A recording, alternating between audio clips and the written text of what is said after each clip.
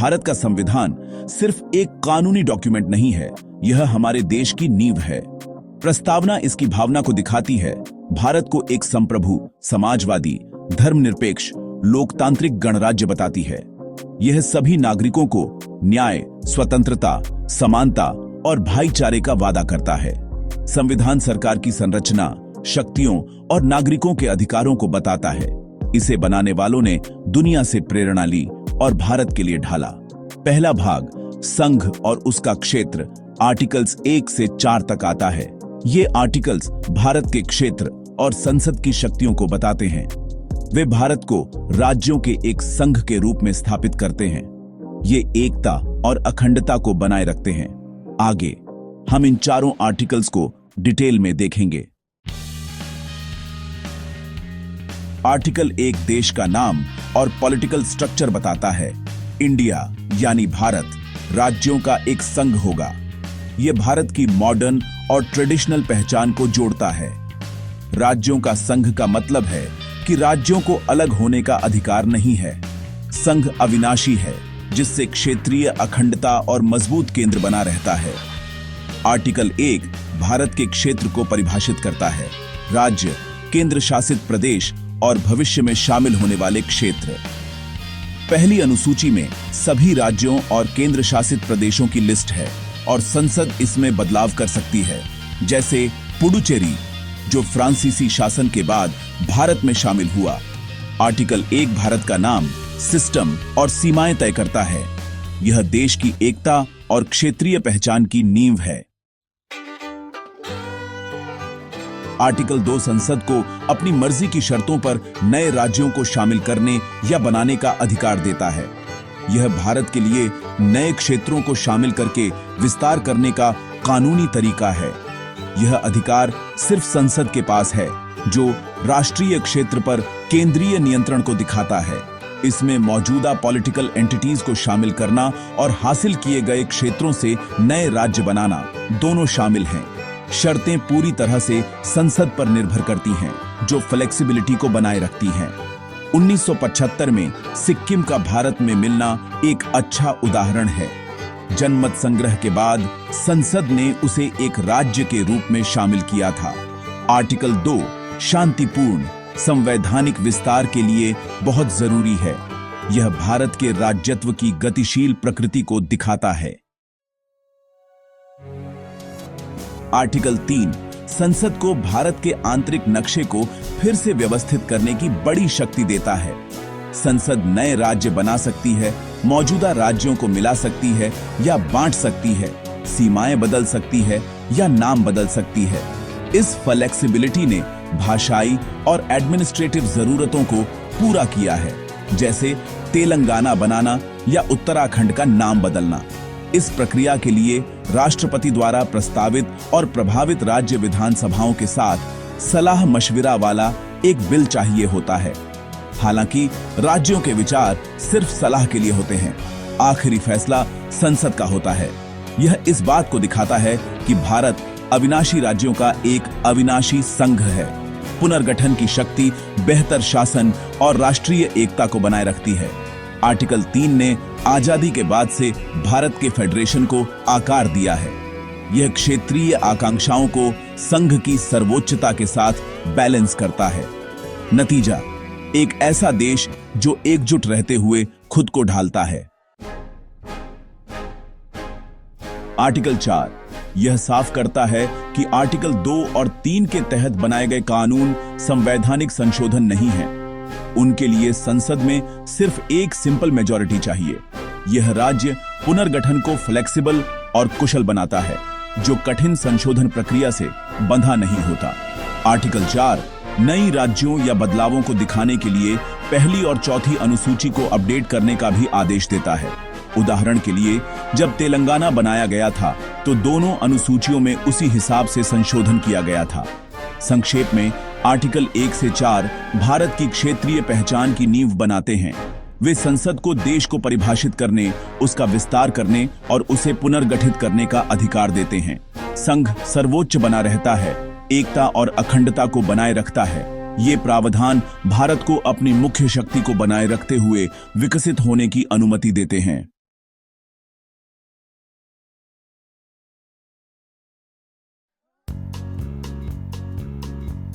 भारतीय नागरिकता हमारी पहचान की नींव। लेकिन कानूनी रूप से भारतीय कौन है? इसका जवाब संविधान के भाग 2 अनुच्छेद 5 से 11 में छिपा है। इन अनुच्छेदों ने आजादी के बाद तय किया कि कौन भारत का नागरिक होगा, किसे नागरिकता मिल सकती है और किन हालात में नागरिकता छिन सकती है। अनुच्छेद 5 से 11 सिर्फ कानून नहीं, बल्कि उस ऐतिहासिक दौर की कहानी है जब देश बंटवारे के दर्द से गुजर रहा था। ये अनुच्छेद बताते हैं कि नागरिकता का आधार क्या है, जन्म, वंश, प्रवास या संसद द्वारा बनाए गए कानून। हम इन अनुच्छेदों को सरल भाषा में समझेंगे ताकि आपको पता चले कि आपकी नागरिकता का कानूनी आधार क्या है। तो चलिए जानते हैं भारतीय नागरिकता के इन नियमों को, जो आपकी पहचान और अधिकारों की गारंटी है। अनुच्छेद 5 बताता है 26 जनवरी 1950 को भारत में रहने वाला या जिसके माता पिता में से कोई भारत में जन्मा या जिसने पिछले 5 साल भारत में बिताए, वह भारतीय नागरिक है। अनुच्छेद 6 उन लोगों के लिए है जो बंटवारे के बाद पाकिस्तान से भारत आए। अगर वे 19 जुलाई 1948 से पहले आए तो स्वतः नागरिक, बाद में आए तो आवेदन और 6 महीने भारत में रहना जरूरी। अनुच्छेद 7 उन पर लागू होता है जो बंटवारे के बाद पाकिस्तान चले गए लेकिन फिर भारत लौटे। अगर वे पुनर्वास परमिट लेकर लौटे और 6 महीने भारत में रहे तो नागरिकता मिल सकती है। इन अनुच्छेदों ने लाखों विस्थापितों को नई पहचान दी। ये दिखाता है कि भारत ने बंटवारे के घावों के बावजूद समावेशी दृष्टिकोण अपनाया। नागरिकता के ये नियम सिर्फ कानूनी नहीं, बल्कि मानवीय संवेदनाओं से जुड़े हैं। यही है भारतीय नागरिकता की असली तस्वीर। अनुच्छेद 8 प्रवासी भारतीयों के लिए है। अगर आपके माता पिता या दादा दादी अविभाजित भारत में जन्मे थे तो आप विदेश में रहते हुए भी भारतीय नागरिकता के लिए पंजीकरण करा सकते हैं। यह भारत के अपने प्रवासी नागरिकों से जुड़े रहने का तरीका है। लेकिन अनुच्छेद 9 साफ कहता है, भारत दोहरी नागरिकता नहीं मानता। अगर आप किसी और देश की नागरिकता लेते हैं तो भारतीय नागरिकता अपने आप खत्म हो जाती है। इसका मकसद है एक व्यक्ति एक नागरिकता। हालांकि ओसीआई कार्ड जैसी योजनाएं प्रवासी भारतीयों को जोड़ती हैं, लेकिन ये असली नागरिकता नहीं देती। इस तरह अनुच्छेद 8 और 9 प्रवासी भारतीयों के लिए संतुलन बनाते हैं, जुड़ाव भी, स्पष्टता भी। अनुच्छेद 10 नागरिकता की सुरक्षा देता है। अगर आप संविधान के तहत नागरिक हैं तो आपकी नागरिकता संसद द्वारा बनाए गए कानूनों के अधीन सुरक्षित है। यह स्थिरता और सुरक्षा की गारंटी है, लेकिन संसद को जरूरत पड़ने पर कानून बदलने का अधिकार भी देता है। अनुच्छेद 11 संसद को नागरिकता पर कानून बनाने की पूरी शक्ति देता है। संविधान लागू होने के बाद नागरिकता के नियम संसद के बनाए कानूनों से तय होते हैं। इसी शक्ति से 1975 में नागरिकता अधिनियम बना, जिसमें नागरिकता पाने और खोने के नियम तय किए गए। समय समय पर इसमें संशोधन भी हुए ताकि कानून समय के साथ बदल सके। यही लचीलापन भारतीय नागरिकता को प्रासंगिक बनाए रखता है। भारतीय नागरिकता सिर्फ कानूनी दर्जा नहीं, बल्कि हमारी राष्ट्रीय पहचान और अधिकारों की बुनियाद है। अनुच्छेद 5 से 11 ने बंटवारे के बाद लाखों लोगों को नई पहचान दी और आज भी नागरिकता की रूपरेखा तय करते हैं। ये अनुच्छेद सुनिश्चित करते हैं कि नागरिकता के अधिकार सुरक्षित रहे और संसद जरूरत के मुताबिक कानून बदल सके। नागरिकता संशोधन अधिनियम 2019 पर हुई बहस दिखाती है कि यह मुद्दा आज भी कितना प्रासंगिक है।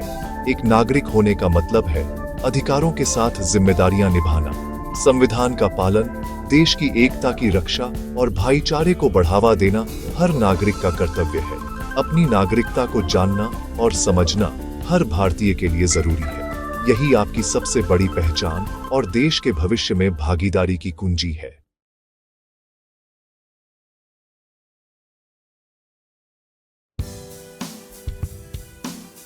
आज 31 अगस्त 2025 है। भारत का संविधान कानूनों की किताब से कहीं ज्यादा है।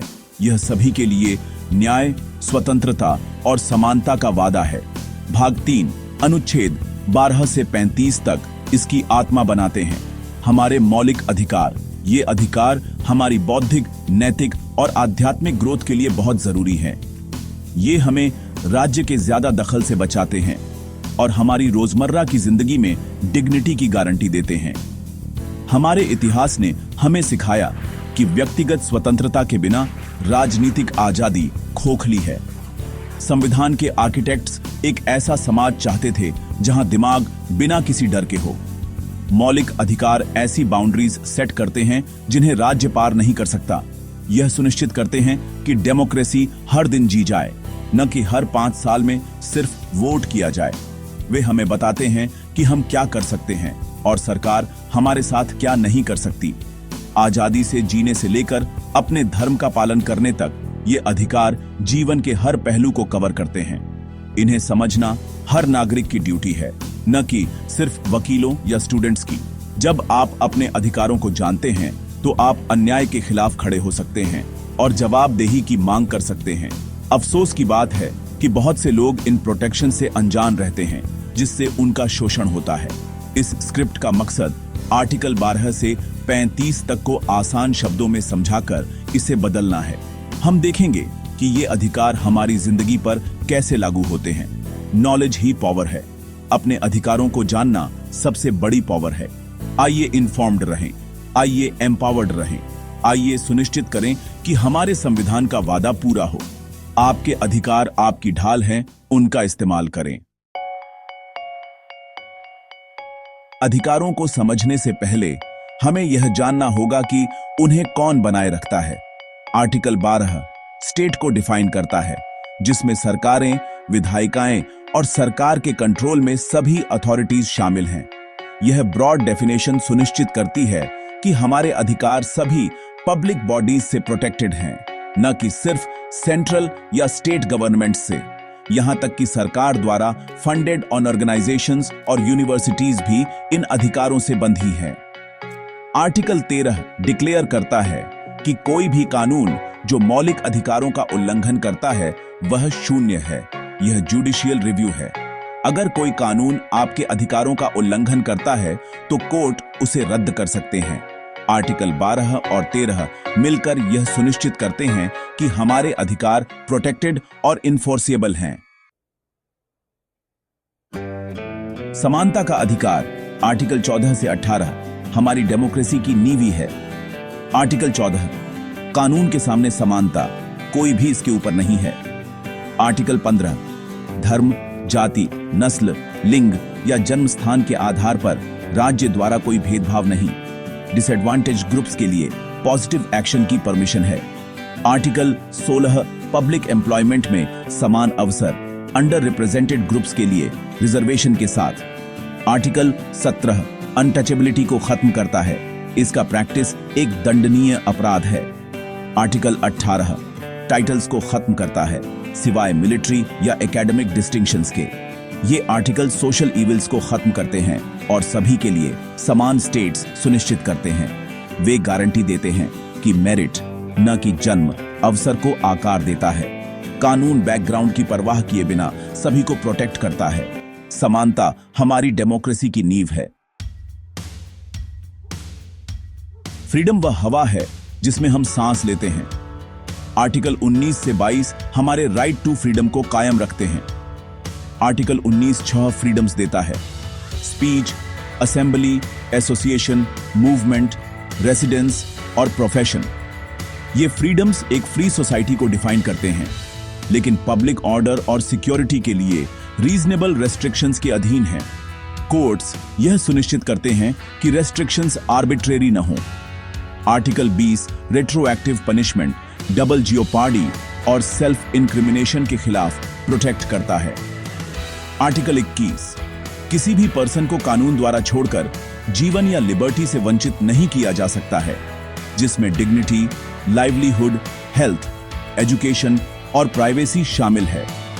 आर्टिकल 22 आर्बिट्रेरी अरेस्ट के खिलाफ सेफगार्ड ग्राउंड्स जानने का अधिकार, एक लॉयर से कंसल्ट करने का अधिकार और 24 घंटे के भीतर एक मजिस्ट्रेट के सामने पेश होने का अधिकार।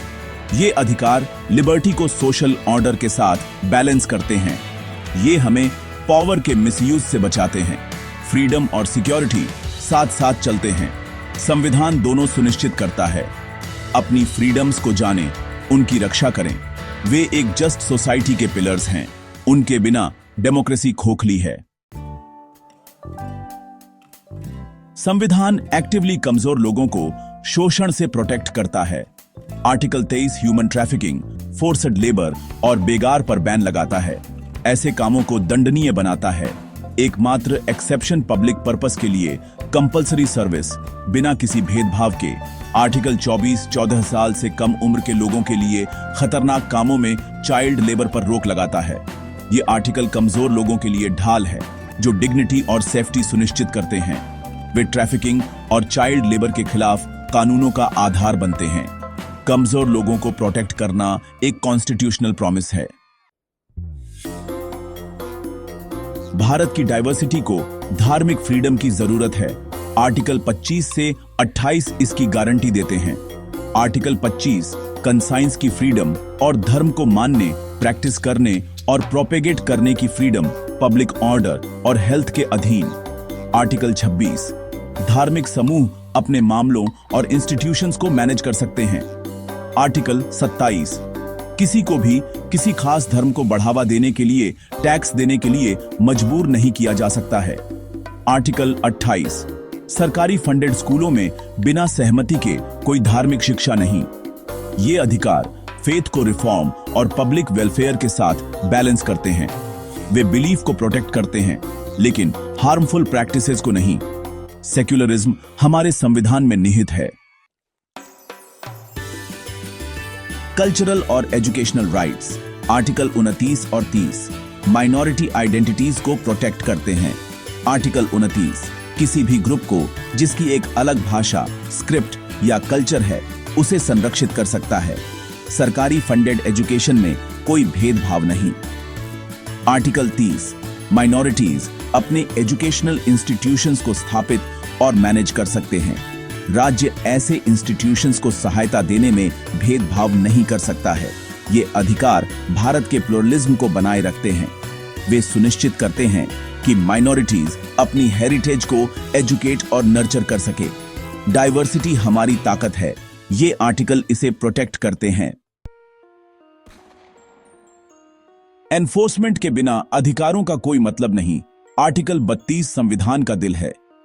यह सिटीजन्स को अपने अधिकारों का उल्लंघन होने पर सीधे सुप्रीम कोर्ट जाने देता है। कोर्ट अधिकारों की रक्षा के लिए rights, habeas corpus, mandamus, prohibition, certiorari, क्यूओ warranto जारी कर सकता है। हाई कोर्ट्स के पास आर्टिकल 226 के तहत समान पावर्स हैं। आर्टिकल 33 से 35 संसद को सशस्त्र बलों के लिए या मार्शल लॉ के दौरान अधिकारों को सीमित करने और संबंधित मामलों पर कानून बनाने की परमिशन देते हैं। ये प्रोविजंस जस्टिस को एक्सेसिबल और अधिकारों को मीनिंगफुल बनाते हैं। न्यायपालिका हमारी फ्रीडम्स की गार्डियन है। एनफोर्समेंट हमारे अधिकारों की रीढ़ है। 31 अगस्त 2025 तक हमारे मौलिक अधिकार बहुत जरूरी बने हुए हैं। वे हमें भेदभाव से लड़ने, आजादी से बोलने और कमजोर लोगों को प्रोटेक्ट करने के लिए एम्पावर करते हैं। न्यायपालिका ने इन अधिकारों का विस्तार किया है, जैसे प्राइवेसी और एजुकेशन का अधिकार। संविधान समाज की जरूरतों के साथ इवॉल्व होता है। सभी के लिए इन अधिकारों को बनाए रखना और आगे बढ़ाना हमारी ड्यूटी है। युवाओं को एक जस्ट इंडिया बनाने के लिए अपने अधिकारों को जानना और उनका इस्तेमाल करना चाहिए। अन्याय के सामने चुप न रहे, अपनी आवाज उठाए, इंफॉर्मेशन लें और जवाबदेही की मांग करें। एक विजिलेंट सिटीजनरी डेमोक्रेसी का सबसे अच्छा बचाव है। ये आर्टिकल लिबर्टी, इक्वालिटी और फ्रेटर्निटी के लिए हमारी कलेक्टिव एस्पिरेशंस को दर्शाते हैं। वे अधिकार और जिम्मेदारियां दोनों हैं। उनकी रक्षा करें और आप भारत के विचार की रक्षा करते हैं। इन्फॉर्म्ड रहें, अलर्ट रहें, अपने अधिकारों की रक्षा के लिए तैयार रहें, सावधान रहें, सतर्क रहें।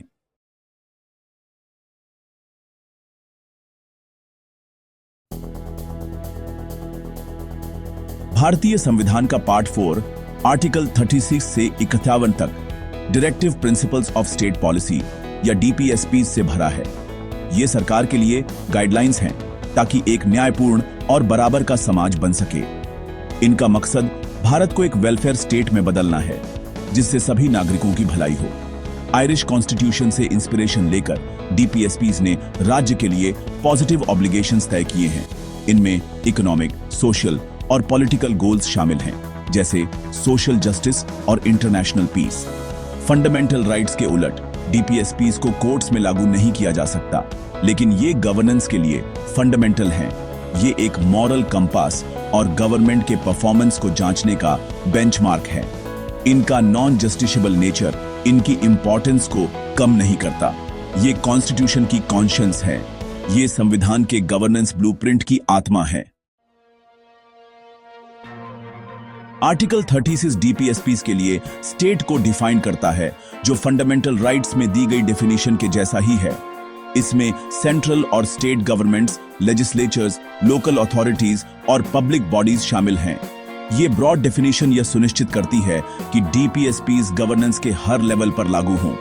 उदाहरण के लिए, सेंट्रल और स्टेट दोनों सरकारों को पॉलिसीज बनाते समय डीपीएसपीज का ध्यान रखना चाहिए। आर्टिकल 37 यह साफ करता है कि डीपीएसपीज को कोर्ट्स द्वारा लागू नहीं किया जा सकता, फंडामेंटल राइट्स के उलट। हालांकि वे गवर्नेंस में फंडामेंटल हैं और लॉ मेकिंग को गाइड करने चाहिए। सरकार का इन्हें लागू करने का मॉरल और पॉलिटिकल ऑब्लिगेशन है। नागरिक नॉन इम्प्लीमेंटेशन के लिए मुकदमा नहीं कर सकते, लेकिन वे इन प्रिंसिपल्स के प्रति सरकार की कमिटमेंट को जज कर सकते हैं। एमजीएनरेगा जैसे लॉज डीपीएसपीज के प्रैक्टिकल एप्लीकेशन को दर्शाते हैं। आखिरकार लोग इन आइडियल्स को बनाए रखने के लिए सरकार को अकाउंटेबल ठहराते हैं। डीपीएसपीज रिस्पॉन्सिबल और इंक्लूसिव गवर्नेंस के लिए एक फ्रेमवर्क बनाते हैं। आर्टिकल 38 राज्य को सोशल, इकोनॉमिक और पॉलिटिकल जस्टिस को बढ़ावा देने का निर्देश देता है, ताकि इनइक्वालिटीज कम हो और सभी को डिग्निटी और अपॉर्चुनिटी मिले। प्रोग्रेसिव टैक्सेशन, सब्सिडीज और फेयर डिस्ट्रीब्यूशन ऑफ रिसोर्सेज इसी सोच से इंस्पायर्ड हैं। आर्टिकल 39 में इक्वल पे, वर्कर्स के हेल्थ और बच्चों के वेलफेयर की प्रोटेक्शन जरूरी मानी गई है। जेंडर जस्टिस, चाइल्ड प्रोटेक्शन और एक्सप्लॉयटेशन रोकना सेंट्रल प्रिंसिपल्स हैं। ये आर्टिकल्स भारत की इंक्लूसिव ग्रोथ और सोशल जस्टिस के एजेंडा की फाउंडेशन है।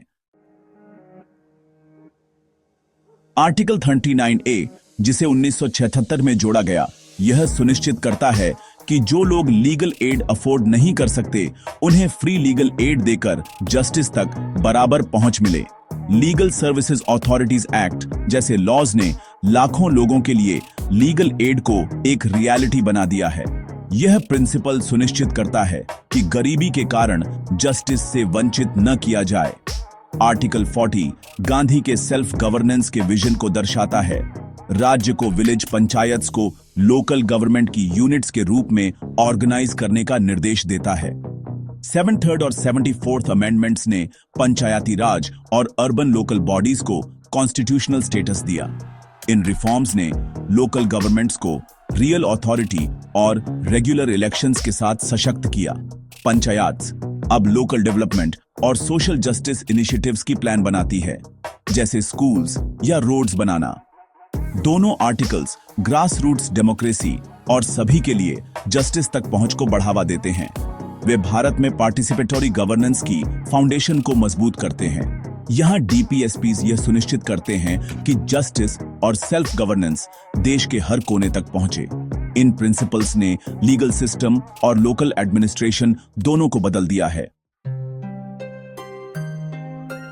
आर्टिकल 41 राज्य को अपनी इकोनॉमिक कैपेसिटी के भीतर जरूरतमंदों के लिए वर्क, एजुकेशन और पब्लिक असिस्टेंस के अधिकार को सुरक्षित करने का निर्देश देता है। एमजीएनरेगा और सोशल पेंशन्स जैसी स्कीम्स इस प्रिंसिपल के डायरेक्ट आउटकम्स हैं। आर्टिकल 42 ह्यूमन वर्किंग कंडीशंस और मैटरनिटी रिलीफ को अनिवार्य करता है। फैक्ट्रीज एक्ट और मैटरनिटी बेनिफिट एक्ट जैसे लॉज वर्कर्स के राइट्स और हेल्थ की रक्षा करते हैं। आर्टिकल 43 वर्कर्स के लिए लिविंग वेज और डिसेंट स्टैंडर्ड ऑफ लाइफ पर जोर देता है। ये आर्टिकल्स कलेक्टिवली कमजोर लोगों के लिए एक सेफ्टी नेट बनाने और वर्क पर डिग्निटी सुनिश्चित करने का लक्ष्य रखते हैं। फोकस प्रैक्टिकल सपोर्ट पर है, jobs, education, safe work places और सोशल सिक्योरिटी। राज्य से उम्मीद की जाती है कि वह वर्कर्स और डिसएडवांटेज लोगों के वेलफेयर को प्रायोरिटाइज करे। इन प्रिंसिपल्स ने लैंडमार्क लेबर और वेलफेयर लेजिस्लेशन को इंस्पायर किया है। ये एक कंपैशनेट और इक्विटेबल सोसाइटी के भारत के विजन के लिए सेंट्रल हैं। आर्टिकल 43A, जिसे 1956 में जोड़ा गया, मैनेजमेंट में वर्कर पार्टिसिपेशन की बात करता है, जिससे इंडस्ट्रियल डेमोक्रेसी को बढ़ावा मिलता है। कुछ पब्लिक सेक्टर अंडरटेकिंग्स में डिसीजन मेकिंग में वर्कर रिप्रेजेंटेटिव्स शामिल होते हैं, हालांकि प्रोग्रेस अनइवन है। लक्ष्य वर्कर्स और मैनेजमेंट के बीच बेहतर प्रोडक्टिविटी और रिलेशंस के लिए कोलैबोरेशन है। आर्टिकल 44 राज्य से सभी नागरिकों के लिए धर्म की परवाह किए बिना एक यूनिफॉर्म सिविल कोड की दिशा में काम करने का आग्रह करता है। एक uniform civil code marriage, inheritance और एडॉप्शन पर पर्सनल लॉज को यूनिफाई करेगा।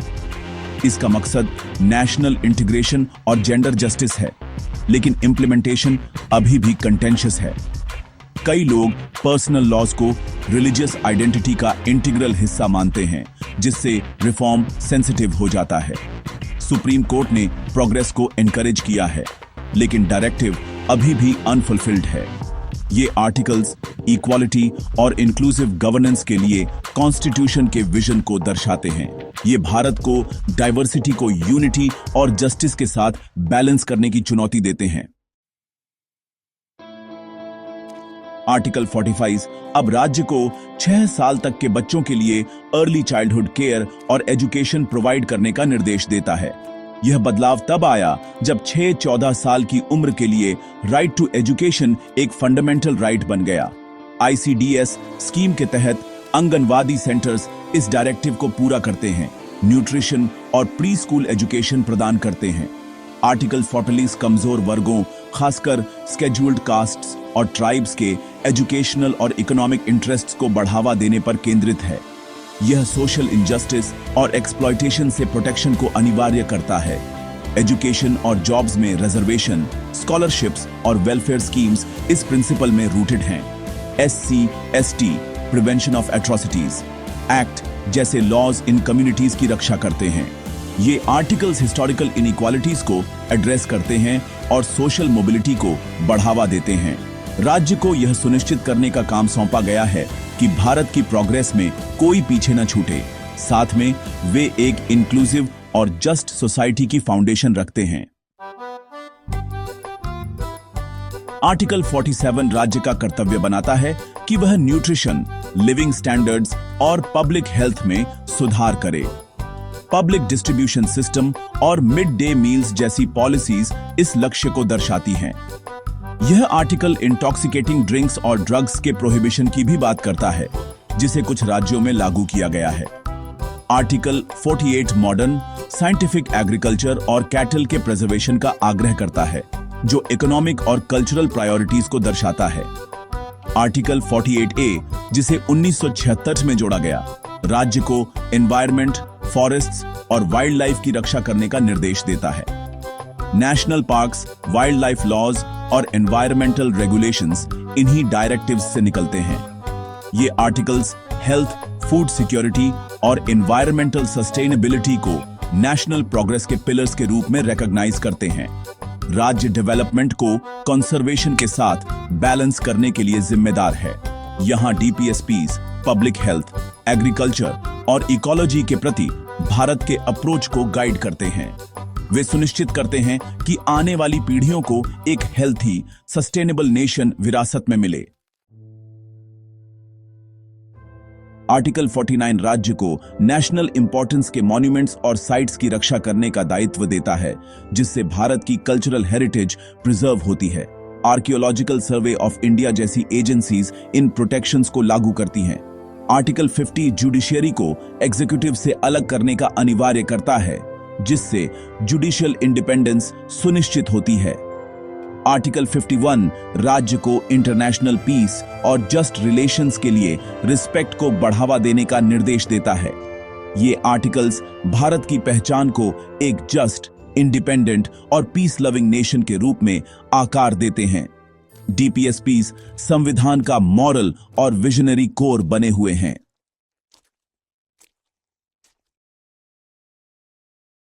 हेलो, आज चलो हम एक ऐसी चीज पर बात करते हैं जो इंडिया के हर स्टूडेंट को जाननी चाहिए।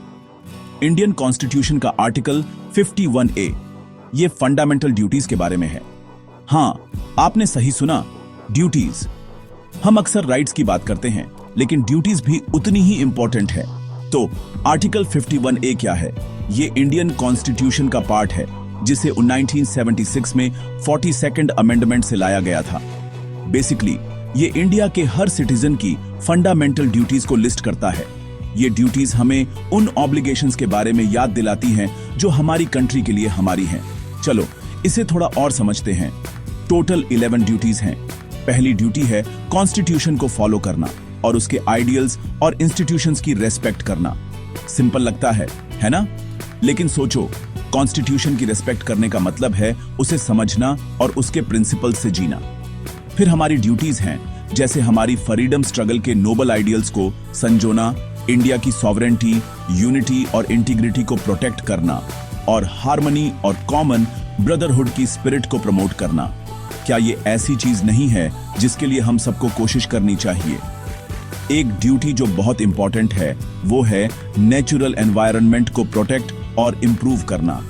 आज की दुनिया में जहां हम क्लाइमेट चेंज की प्रॉब्लम फेस कर रहे हैं, ये ड्यूटी पहले से कहीं ज्यादा रिलेवेंट है। ये एक रिमाइंडर है कि अपने प्लैनेट को बचाने में हम सबका एक रोल है और हमें वो ड्यूटी नहीं भूलनी चाहिए जिसमें साइंटिफिक टेम्पर, ह्यूमनिज्म और इंक्वायरी और रिफॉर्म की स्पिरिट डेवलप करनी है। इसका मतलब है ओपन माइंडेड होना, स्टेटस को पर सवाल उठाना और प्रोग्रेस के लिए कोशिश करना। स्टूडेंट्स के तौर पर यह माइंडसेट डेवलप करना आपको सक्सेस के लिए तैयार कर सकता है। अब जबकि ये ड्यूटीज लीगली इन्फोर्सेबल नहीं है, ये एक गाइडिंग लाइट का काम करती है। ये हमारे एक्शंस को शेप करने में हेल्प करती है और हमें सिटीजन्स के तौर पर अपनी रेस्पॉन्सिबिलिटीज याद दिलाती हैं। इन्हें एक मोरल कंपास समझो। तो अगली बार जब आप अपने राइट्स के बारे में सोचें तो इन ड्यूटीज पर भी सोचने के लिए थोड़ा टाइम निकालें। ये एक स्ट्रॉन्ग, प्रॉस्पेरस और हार्मोनियस इंडिया बनाने में उतनी ही जरूरी है। आज के लिए इतना ही। इन ड्यूटीज को ध्यान में रखें और चलो हम अपने देश को एक बेहतर जगह बनाने में कंट्रीब्यूट करें। अगर आपको ये वीडियो इंफॉर्मेटिव लगा तो इसे लाइक और शेयर करना न भूलें। अगली बार तक के लिए अपना ध्यान रखना।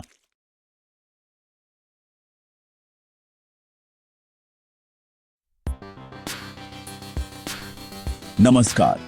आज हम भारत के संविधान में गहराई से उतर रहे हैं, खासकर आर्टिकल 52 से 151 तक। आप सोच सकते हैं मुझे इसकी परवाह क्यों करनी चाहिए? खैर, अपने अपार्टमेंट कॉम्प्लेक्स के बारे में सोचो। नियमों के बिना यह अराजकता है। संविधान वह नियम पुस्तिका है, लेकिन पूरे देश के लिए। यह बताता है कि किसके पास पावर है, उनकी जिम्मेदारियां क्या हैं और नागरिकों के रूप में हमारे पास क्या राइट्स हैं। ये आर्टिकल्स हमारे डेमोक्रेसी के लिए ब्लूप्रिंट हैं, यह सुनिश्चित करते हुए कि कोई भी डिक्टेटर न बन सके। जो सेक्शन हम आज एक्सप्लोर कर रहे हैं वह बहुत जरूरी है। यह यूनियन गवर्नमेंट, भारत के सेंट्रल कमांड को कवर करता है। यह प्रेसिडेंट, प्राइम मिनिस्टर, पार्लियामेंट और सुप्रीम कोर्ट की भूमिकाओं को एक्सप्लेन करता है। इसे समझने से हमें न्यूज और पॉलिटिक्स को समझने में मदद मिलती है जो हमारे जीवन को अफेक्ट करते हैं। हम इन आर्टिकल्स को सिंपल लैंग्वेज में ब्रेक डाउन करेंगे, कोई भारी लीगल जार्गन नहीं। प्रेसिडेंट को एक सम्मानित बड़े के रूप में सोचो, प्राइम मिनिस्टर को घर चलाने वाले के रूप में, पार्लियामेंट को बड़ी फैमिली मीटिंग के रूप में और सुप्रीम कोर्ट को बुद्धिमान दादा दादी के रूप में। अंत तक आप देखेंगे कि नई हार्टली के डिसीजंस आपके रोजमर्रा के जीवन को कैसे शेप करते हैं। तो आइए शुरू करते हैं और भारत के सबसे बड़े पॉलिटिकल ड्रामा के पीछे की असली स्क्रिप्ट को डिकोड करते हैं। रेडी? Let's go. आर्टिकल 52 कहता है भारत का एक प्रेसिडेंट होगा, सिंपल लेकिन पावरफुल। प्रेसिडेंट स्टेट के सेरेमोनियल हेड होते हैं, जैसे एक परिवार में सम्मानित बड़े जो बड़े डिसीजंस को फाइनल अप्रूवल देते हैं। लॉवों, अपॉइंटमेंट्स और ट्रीटीज सभी को प्रेसिडेंट के सिग्नेचर की जरूरत होती है। प्रेसिडेंट को इनडायरेक्टली एमपीज और स्टेट लेजिस्लेटर्स द्वारा चुना जाता है, जिससे नेशनल कंसेंसस सुनिश्चित होता है। जबकि असली पावर प्राइम मिनिस्टर के पास होती है। प्रेसिडेंट की मुख्य भूमिकाएं होती हैं, जैसे चुनावों के बाद किसी को गवर्नमेंट बनाने के लिए इनवाइट करना, आर्म्ड फोर्सेस को कमांड करना और क्षमादान देना। आर्टिकल 1 से 73 प्रेसिडेंट के बारे में सब कुछ कवर करते हैं, चुनाव, पावर्स और यहां तक कि इम्पीचमेंट भी।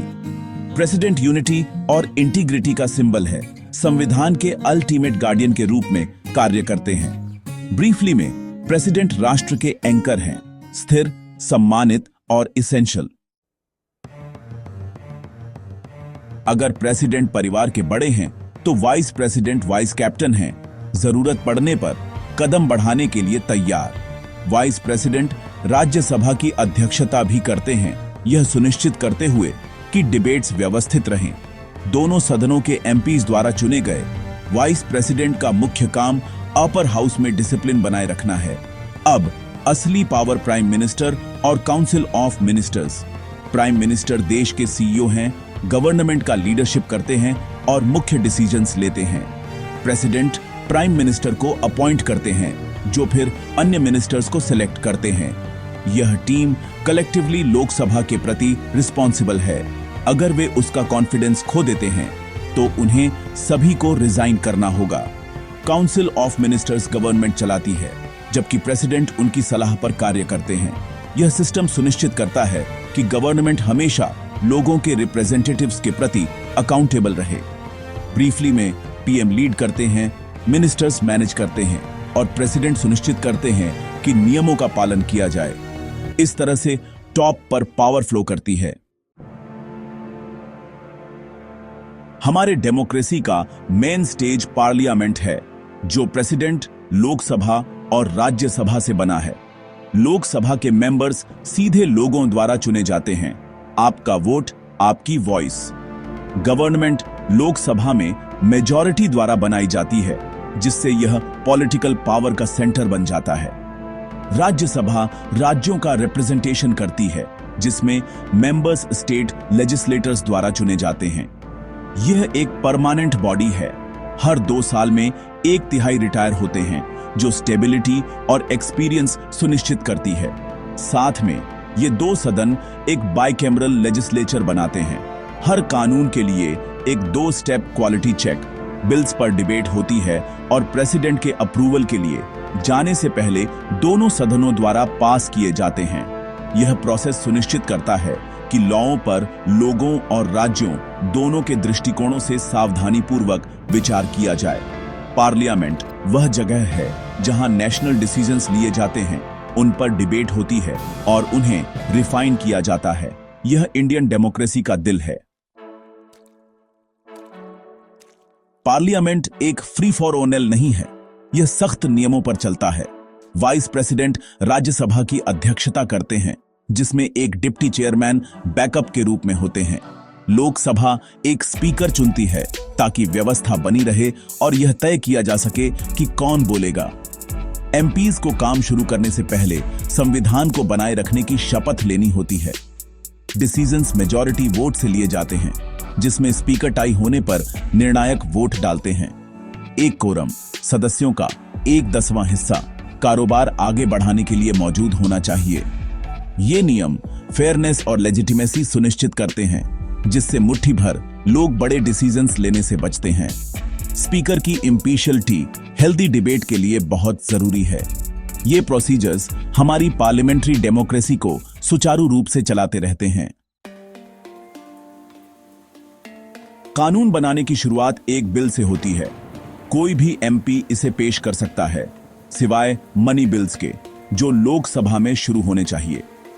बिल्स दोनों सदनों में रीडिंग, डिबेट्स और अमेंडमेंट्स से गुजरते हैं। अगर दोनों सदन असहमत होते हैं तो एक जॉइंट सिटिंग बुलाई जाती है। लोकसभा आमतौर पर अपने आकार के कारण जीत जाती है। मनी बिल्स इंट्रोड्यूसल होते हैं, केवल लोकसभा ही उन्हें पेश और पास कर सकती है। राज्यसभा केवल बदलावों का सजेस्ट दे सकती है। एमपीज के पास प्रिविलेजेस होते हैं, जैसे पार्लियामेंट में बोलने की स्वतंत्रता। उन्हें उनके कहने या वोट करने के लिए मुकदमा नहीं किया जा सकता है। ये प्रोटेक्शंस खुली, निडर डिबेट सुनिश्चित करते हैं। लेजिस्लेटिव प्रोसेस को थॉरो, फेयर और रोबस्ट बनाने के लिए डिजाइन किया गया है। पार्लियामेंट के प्रिविलेजेस कानून से ऊपर होने के बारे में नहीं है, वे डेमोक्रेसी की रक्षा के बारे में हैं। हर पास हुआ कानून हमारे रोजमर्रा के जीवन को आकार देता है, इसलिए ये प्रोसीजर्स मायने रखते हैं। पार्लियामेंट साल भर नहीं मिलता, तो अगर अर्जेंट एक्शन की जरूरत हो तो क्या होगा? आर्टिकल 123 प्रेसिडेंट को ऑन ऑर्डिनेंस, टेम्परेरी कानून जारी करने की अनुमति देता है, गवर्नमेंट की सलाह पर, जब पार्लियामेंट सेशन में न हो। ऑन ऑर्डिनेंस का लॉवों के समान ही फोर्स होता है, लेकिन उन्हें फिर से असेंबली के 6 हफ्तों के भीतर पार्लियामेंट द्वारा अप्रूव किया जाना चाहिए, वरना वे एक्सपायर हो जाते हैं। यह पावर इमरजेंसीज के लिए है, डिबेट को बाईपास करने के लिए नहीं। आलोचक दुरुपयोग के खिलाफ चेतावनी देते हैं और सुप्रीम कोर्ट ने लिमिट्स तय की है। आखिरकार पार्लियामेंट सुप्रीम कानून बनाने वाली बॉडी बनी हुई है। ऑन ऑर्डिनेंस एक सेफ्टी वाल्व है, कोई शॉर्टकट नहीं। वे फ्लेक्सिबिलिटी को अकाउंटेबिलिटी के साथ बैलेंस करते हैं। यह सिस्टम सुनिश्चित करता है कि अर्जेंट जरूरतों को पूरा किया जाए, लेकिन डेमोक्रेसी को किनारे नहीं किया जाता है। सुप्रीम कोर्ट संविधान का अंतिम संरक्षक है। यह कानून की व्याख्या करता है, सरकारी शक्ति की जांच करता है और हमारे अधिकारों की रक्षा करता है। जुडिशियल रिव्यू के साथ यह किसी भी कानून को रद्द कर सकता है जो संविधान का उल्लंघन करता है। यह अपील का सबसे बड़ा कोर्ट है। अगर कहीं और न्याय नहीं मिलता है तो कोई भी इसके पास जा सकता है। प्रेसिडेंट महत्वपूर्ण लॉवी सवालों पर इसकी सलाह ले सकते हैं। जजों को इंडिपेंडेंटली अपॉइंट किया जाता है और उन्हें केवल इम्पीचमेंट द्वारा ही हटाया जा सकता है, जिससे पॉलिटिकल प्रेशर से उनकी स्वतंत्रता सुनिश्चित होती है। सुप्रीम कोर्ट की स्वतंत्रता हमारी डेमोक्रेसी की फाउंडेशन है। यह एक प्रहरी के रूप में खड़ा है, नागरिकों और संविधान की रक्षा करता है, इसलिए इसकी भूमिका इतनी महत्वपूर्ण है।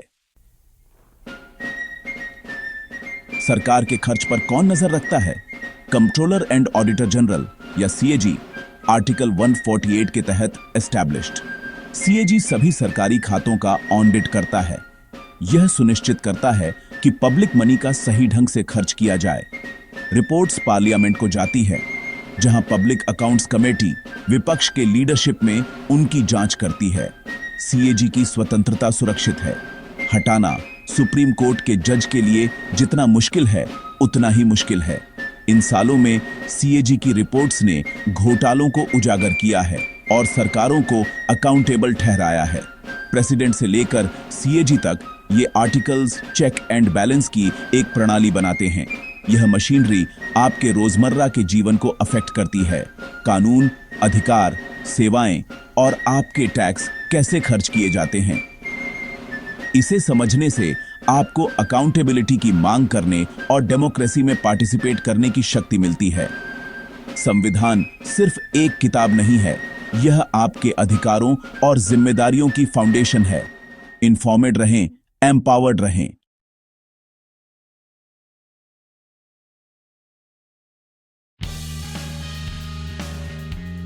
आज हम इंडिया में स्टेट गवर्नेंस के डीएनए को समझेंगे।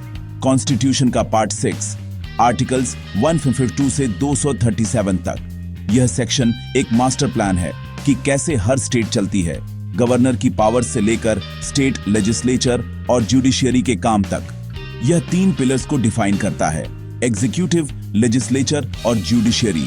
यह पक्का करते हुए कि हर स्टेट एक डेमोक्रेटिक कंसिस्टेंट स्ट्रक्चर को फॉलो करे। ये आर्टिकल्स वो रूल बुक हैं जो स्टेट लीडर्स को कंट्रोल में रखती हैं और पावर को बैलेंस करती हैं। जैसे ही हम इन आर्टिकल्स को ब्रेक डाउन करेंगे, हम देखेंगे कि वे लाखों लोगों की रोजमर्रा की जिंदगी को कैसे शेप करते हैं और इंडिया की फेडरल डेमोक्रेसी को स्ट्रांग रखते हैं। चलो अब हम जानेंगे कि हमारे स्टेट्स कैसे गवर्न होते हैं।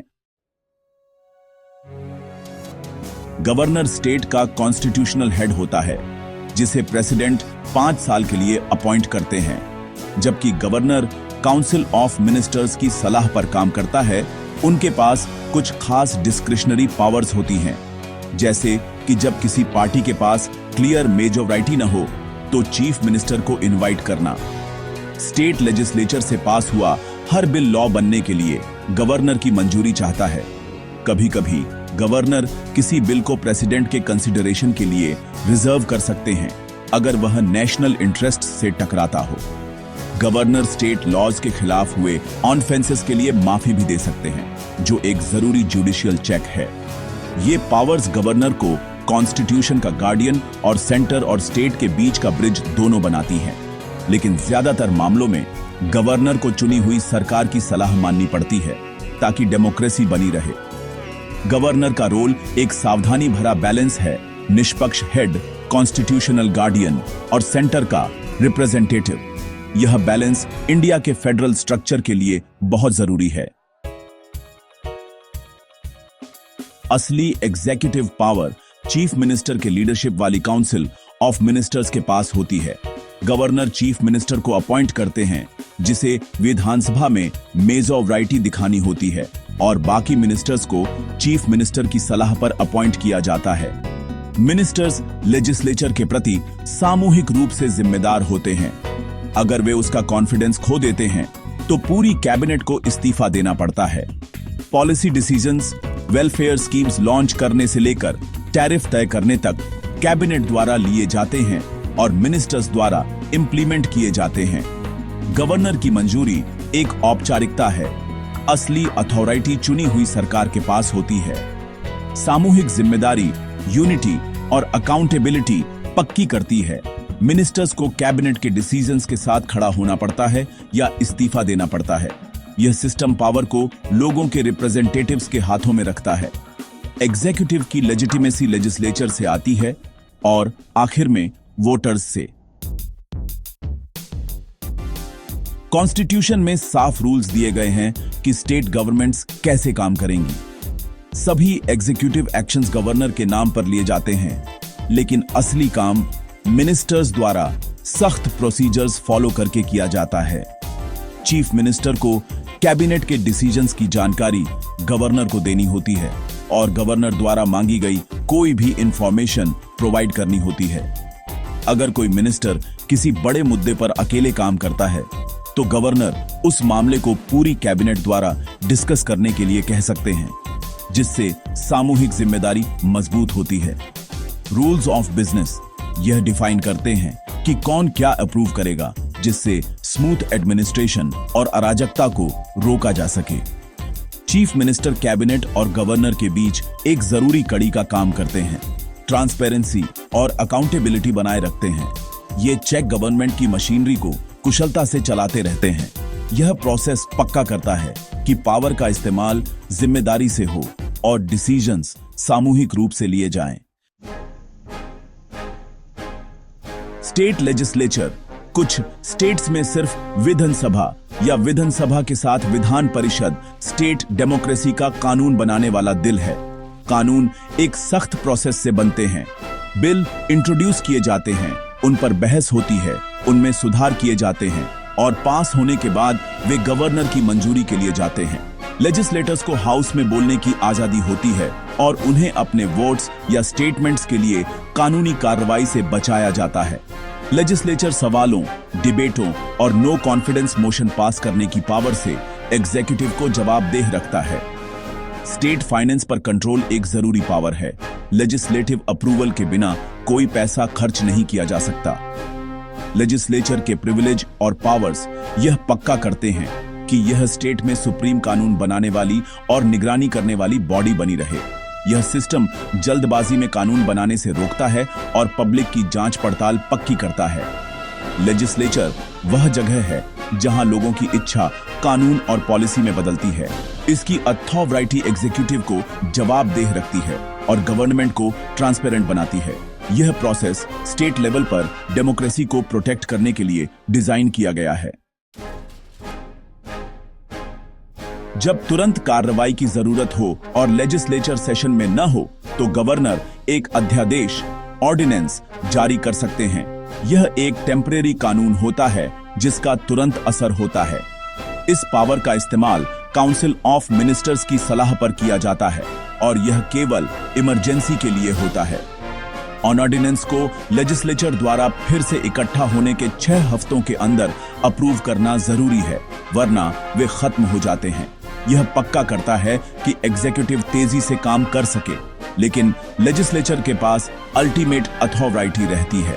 इसका गलत इस्तेमाल, जैसे बार बार दोबारा जारी करना, सुप्रीम कोर्ट द्वारा असंवैधानिक करार दिया गया है। ऑर्डिनेंस दुर्लभ स्थितियों के लिए एक टूल है, बहस से बचने का शॉर्टकट नहीं। बैलेंस, तुरंत कार्रवाई, लेकिन लेजिस्लेटिव सुप्रीमसी। हाई कोर्ट हर स्टेट में टॉप जुडिशियल अथॉरिटी है, जो न्याय और नागरिकों के अधिकारों की रक्षा करता है। जजों को प्रेसिडेंट द्वारा जुडिशरी और एग्जीक्यूटिव के साथ कंसल्टेशन के बाद अपॉइंट किया जाता है, जिससे उनकी इंडिपेंडेंस पक्की होती है। हाई कोर्ट्स अधिकारों को लागू करने और निचली अदालतों की निगरानी करने के लिए रिट जारी कर सकते हैं, जो स्टेट पावर पर एक चेक का काम करते हैं। जज 62 साल की उम्र तक सेवा करते हैं और उन्हें केवल पार्लियामेंट द्वारा हटाया जा सकता है, जिससे उनकी इंडिपेंडेंस सुरक्षित रहती है। हाई कोर्ट का रिट ज्यूरिसडिक्शन नागरिकों के लिए एक शक्तिशाली टूल है, लिबर्टी की रक्षा करना और सरकारी ज्यादतियों पर रोक लगाना। यह पूरे स्टेट जुडिशरी की देखरेख करता है, निष्पक्ष ट्रायल और सही एडमिनिस्ट्रेशन पक्का करता है। हाई कोर्ट स्टेट लेवल पर कॉन्स्टिट्यूशन के संरक्षक के रूप में खड़ा है। ज्यादातर नागरिक सबोर्डिनेट कोर्ट्स, डिस्ट्रिक्ट सिविल और मैजिस्ट्रेट कोर्ट्स में न्याय से रूबरू होते हैं। कॉन्स्टिट्यूशन यह पक्का करता है कि ये कोर्ट्स एग्जीक्यूटिव से इंडिपेंडेंट हों, जिसमें हाई कोर्ट के कंसल्टेशन से गवर्नर द्वारा अपॉइंटमेंट किए जाते हैं। हाई कोर्ट पोस्टिंग, प्रमोशंस और ट्रांसफर्स की निगरानी करता है, जिससे जुडिशियरी पॉलिटिकल इंटरफेरेंस से मुक्त रहती है। यह सेपरेशन निष्पक्ष ट्रायल्स और पब्लिक ट्रस्ट के लिए बहुत जरूरी है। जजों को मेरिट के आधार पर चुना जाता है, न कि पॉलिटिकल लॉयल्टी के आधार पर, जिससे न्याय निष्पक्ष रहता है। हाई कोर्ट द्वारा एडमिनिस्ट्रेटिव कंट्रोल एक यूनिफाइड, इंडिपेंडेंट जुडिशियल सिस्टम बनाए रखता है। ये सेफगार्ड्स लोकल लेवल पर न्याय को सुलभ और विश्वसनीय बनाते हैं। कॉन्स्टिट्यूशन का पार्ट 6 स्टेट लेवल पर इंडिया की फेडरल डेमोक्रेसी की नींव है। यह एग्जीक्यूटिव, लेजिस्लेचर और जुडिशरी की पावर्स और रिलेशंस को डिफाइन करता है, जिससे दुर्व्यवहार को रोकने के लिए चेक एंड बैलेंस बनते हैं। यह फ्रेमवर्क सभी स्टेट्स में एक समान है, जिससे हर जगह समान अधिकार और डेमोक्रेटिक गवर्नेंस पक्की होती है। फिर भी यह स्टेट्स को अपने कानून और नीतियां बनाने की इजाजत देता है, जिससे यूनिटी और ऑटोनॉमी का बैलेंस बना रहता है। गवर्नर सेंटर स्टेट रिलेशनशिप का प्रतीक है, जबकि हाई कोर्ट नागरिकों के अधिकारों की रक्षा करता है। ये आर्टिकल्स नागरिकों को सशक्त करते हैं, सरकारों को जवाबदेह रखते हैं और लिबर्टी की रक्षा करते हैं। इन्हें समझना इंडिया में असली पावर को समझने की कुंजी है। वे कॉन्स्टिट्यूशनल डीएनए हैं, जो हमारे स्टेट्स और हमारी डेमोक्रेसी को जिंदा रखते हैं।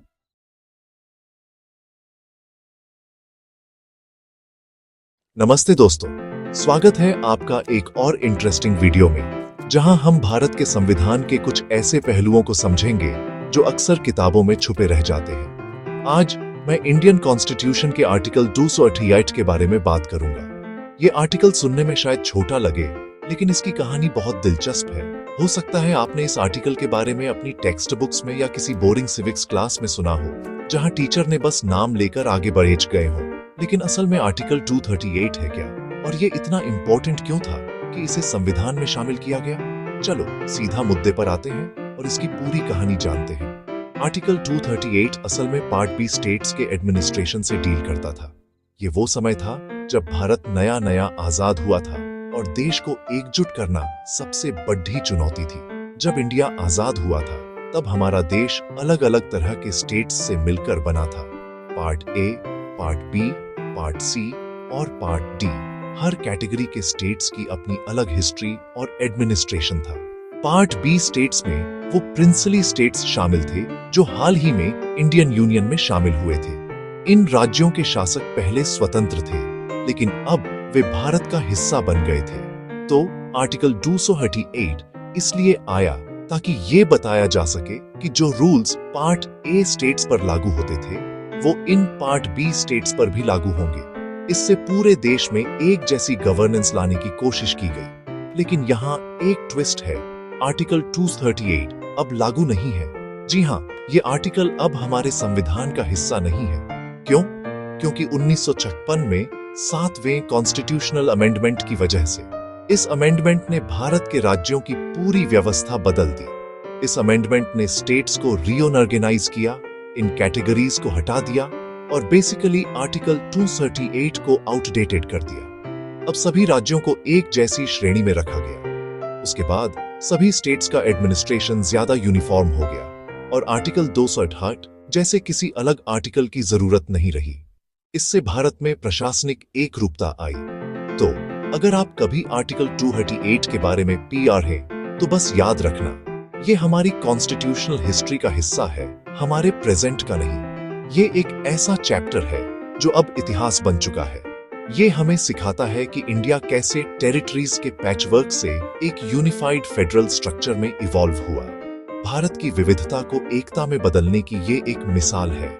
ये आपके एग्जाम्स के लिए इम्पोर्टेंट है, लेकिन ये समझने के लिए भी कि हमारा कॉन्स्टिट्यूशन कितना डायनामिक है। संविधान समय के साथ बदलता है और ये उसकी सबसे बड़ी खूबी है। चलो इसे खत्म करते हैं। उम्मीद है अब आपको आर्टिकल 238 की पूरी कहानी समझ आ गई होगी। आर्टिकल 238 ने एक समय में नए शामिल हुए प्रिंसली स्टेट्स में ऑर्डर लाने में मदद की थी, लेकिन इसे एक ज्यादा स्ट्रीमलाइंड इंडिया बनाने के लिए डिलीट कर दिया गया। ये बदलाव भारत के विकास की दिशा में एक बड़ा कदम था। तो अगर आपको ये अपने सिलेबस में दिखे तो आपको इसकी बैक स्टोरी पता है। अब आप अपने दोस्तों को भी ये इंटरेस्टिंग फैक्ट्स बता सकते हैं। अगर आपको ये हेल्पफुल लगा तो वो लाइक बटन दबाओ और ऐसे और क्विक एक्सप्लेनर्स के लिए सब्सक्राइब करो। आपके सपोर्ट से ही हम ऐसे कंटेंट लाते रहेंगे। देखने के लिए थैंक्स और सीखते रहो। अगली बार फिर मिलेंगे एक नए टॉपिक के साथ।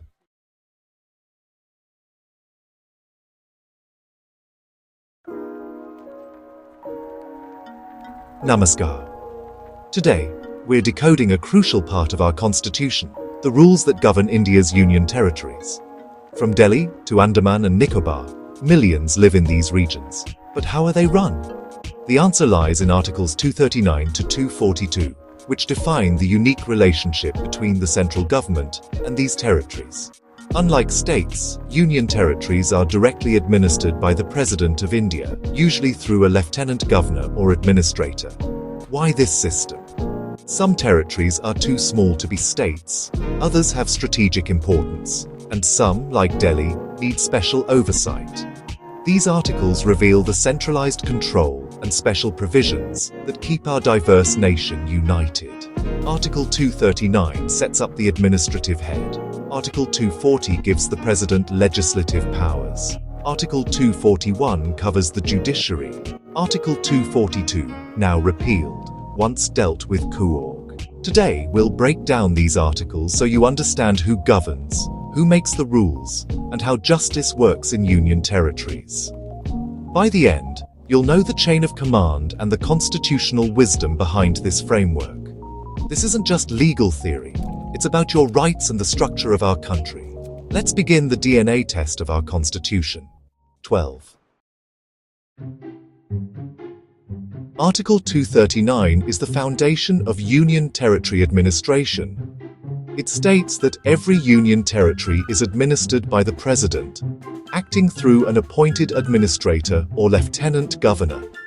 Unlike states, where real power lies with elected governments, here the administrator holds significant authority, implementing central policies directly. In some cases, the governor of a neighboring state also serves as administrator, acting independently for the Union Territory.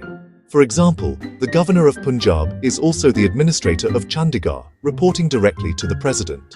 This setup ensures efficient, centralized control, like a branch office managed by a direct representative of the head office. Article 239 keeps strategically important or unique areas firmly under national oversight. It's the master key to understanding how union territories are run. 9. Article 240 gives the President the power to make regulations for certain union territories, like Andaman and Nicobar, Lakshadweep, and Puducherry. These regulations have the same force as an Act of Parliament, allowing the President to legislate directly for these territories. In places without a legislature, this is the main source of law. In Puducherry, the President steps in only if the Assembly is dissolved. This power enables quick, tailored action, like issuing rules for tourism or environmental protection, without waiting for Parliament. The President can also amend or repeal existing laws to suit local needs. Article 240 ensures governance in these territories is responsive and efficient, matching their unique challenges. It's a powerful tool for the central government to act decisively. 9. Article 241 addresses the judiciary for union territories. Parliament can establish a high court for a union territory or extend a state high court's jurisdiction over it. Only Delhi has its own high court. Other territories fall under neighboring state high courts, like Calcutta for Andaman and Nicobar, or Madras for Puducherry. This system connects union territories to the mainstream judicial process, ensuring access to justice. Parliament chooses the best arrangement based on population and administrative needs.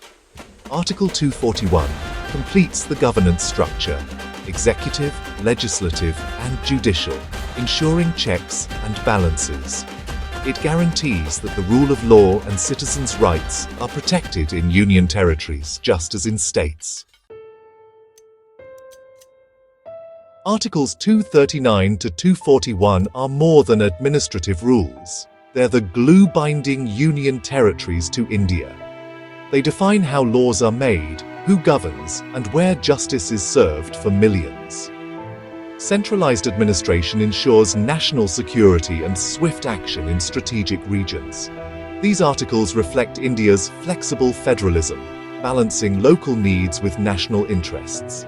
Understanding them reveals the careful design of our constitution and the strength of our democracy. They ensure no Indian is left in an administrative vacuum. An informed citizen is an empowered citizen. Jai Hind.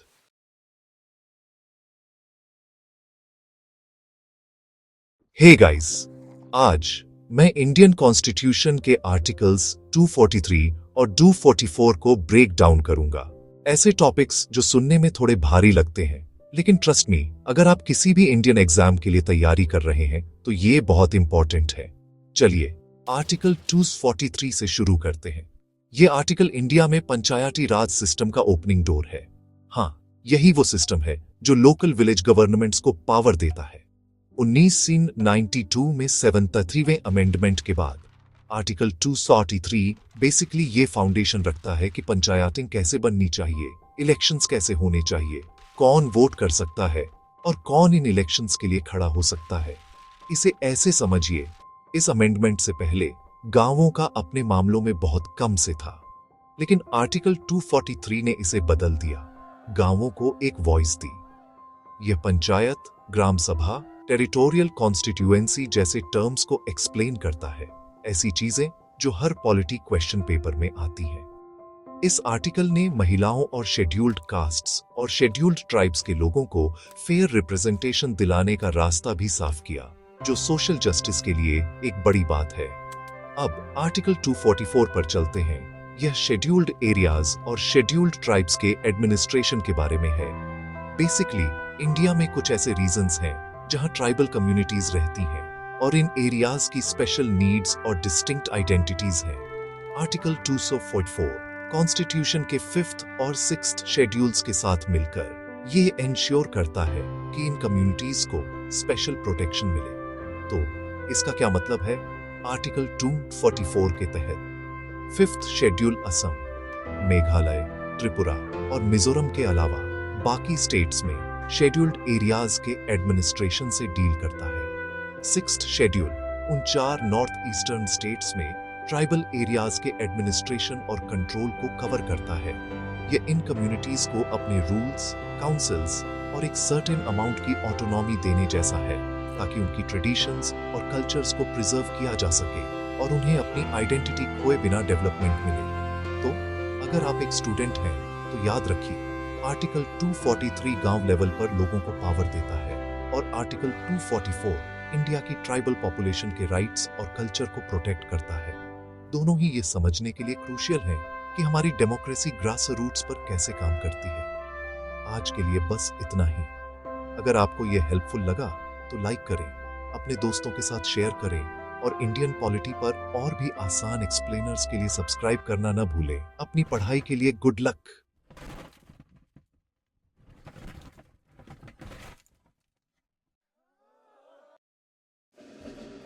Bharat का संविधान, जिसे 26 जनवरी 1950 को अपनाया गया था, यह सिर्फ एक कानून उन्होंने दस्तावेज नहीं, बल्कि हमारे देश की आत्मा है। इसमें आजादी की लड़ाई के आदर्श और नॉन नागरिकों के अधिकार जिम्मेदारियां शामिल हैं। संविधान ने भारत की विविधता को समझते हुए एक यूनियनीय ढांचा बनाया, जो केंद्र और स्टेटों के बीच संतुलन बनाता है। यह ढांचा एकता और एरियाई रिप्रेजेंटेशन दोनों को पक्का करता है। अनुच्छेद 245-286 में ताकतों का बंटवारा और सहयोग का रोड मैप दिया गया है। यह प्रणाली हर भारतीय के जीवन को छूती है और राष्ट्रीय एकता के साथ एरियाई विविधता को भी मजबूत बनाती है। अनुच्छेद 245 कानून बनाने की सीमाएं तय करता है। संसद पूरे भारत के लिए कानून बनाती है और राज्य अपने इलाकों के लिए। यह कानून बनाने की गड़बड़ी को रिस्ट्रेनता है और साफ अधिकार क्षेत्र तय करता है। संसद फॉरेनों में नॉन नागरिकों और इंटरेस्टों को रेगुलेट करने के लिए भी कानून बना सकती है, जो एक ग्लोबलाइज्ड दुनिया में बहुत जरूरी है। हालांकि राज्य अपनी सीमाओं से बाहर तभी कानून बना सकते हैं जब राज्य से कोई मजबूत कॉन्नेक्शन या नॉन एक्सेस हो। सभी विधायी पावरियां संविधान के अधीन हैं, खासकर मौलिक अधिकार और अनुच्छेद 246 और 7वीं अनुसूची में विषयों का डिवीजन। यह नौ नियंत्रण और संतुलन का सिस्टम नौ नागरिकों को मनोमानों कानूनों से बचाता है और हमारे यूनियनीय ढांचे में व्यवस्था बनाए रखता है। अनुच्छेद 246 7वीं अनुसूची के साथ विधायी विषयों को 3 सूचियों में बांटता है: संघ, राज्य और कॉन्करेंट। संसद के पास संघ सूची का विशेष अधिकार है। रक्षा, विदेश मामले, मुद्रा जैसे राष्ट्रीय इंपॉर्टेंस के विषय। राज्य सूची में राज्य कानून बनाते हैं। सार्वजनिक व्यवस्था, स्वास्थ्य, कृषि जैसे स्थानीय विषय। संवर्ती सूची में संसद और राज्य दोनों कानून बना सकते हैं, जैसे शिक्षा और आपराधिक कानून। टकराव की स्थिति में संसद का कानून मान्य होता है जब तक राष्ट्रपति राज्य के कानून को मंजूरी न दे। यह व्यवस्था एकता और विविधता दोनों को बनाए रखती है। कई अनुच्छेद संसद को लचीले ढंग से कानून बनाने और सहयोग बढ़ाने का अधिकार देते हैं। अनुच्छेद 247 संसद को संघ सूची के मामलों के लिए अतिरिक्त अदालतें स्थापित करने की अनुमति देता है, जिससे नॉन न्यायिक बुनियादी ढांचा मजबूत होता है। अनुच्छेद 249 संसद को राज्य सूची के विषयों पर कानून बनाने की अनुमति देता है, यदि स्टेट सभा इसे राष्ट्रीय हित में जरूरी समझे, लेकिन यह केवल अस्थायी होता है। इमरजेंसी काल के दौरान अनुच्छेद 250 संसद को किसी भी राज्य सूची के मामले पर कानून बनाने की अनुमति देता है, जिससे संकटों से निपटने के लिए शक्ति का सेंट्रलीकरण होता है। अनुच्छेद 262 स्टेटों को संसद से राज्य के विषयों पर कानून बनाने का अनुरोध करने में सक्षम बनाता है, ताकि सहमति देने वाले स्टेटों में एकरूपता बनी रहे। अनुच्छेद 254 और 250 प्रक्रियात्मक मुद्दों को संभालते हैं। संवर्ती मामलों में पार्लियामेंटीय सर्वोच्चता सुनिश्चित करते हैं और बाद में मंजूरी के साथ कानूनों को माननीय करते हैं। ये प्रावधान विधायी संबंधों में विशिष्टता, फ्लेक्सिबिलिटी और सहयोग को संतुलित करते हैं। अनुच्छेद 266 और 257 प्रशासनिक संबंधों पर ध्यान केंद्रित करते हैं, यह सुनिश्चित करते हुए कि सेंट्रलीय कानून पूरे देश में लागू हो।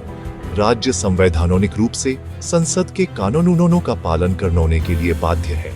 संघ प्रवर्तन सुनिश्चित करने के लिए बाउंडकारी नौ निर्देश जारी कर सकता है। अनुपालन न करने पर अनुच्छेद 356 के तहत राष्ट्रपति शासन लग सकता है, जो इस ऑब्लिगेशन की गंभीरता को दर्शाता है।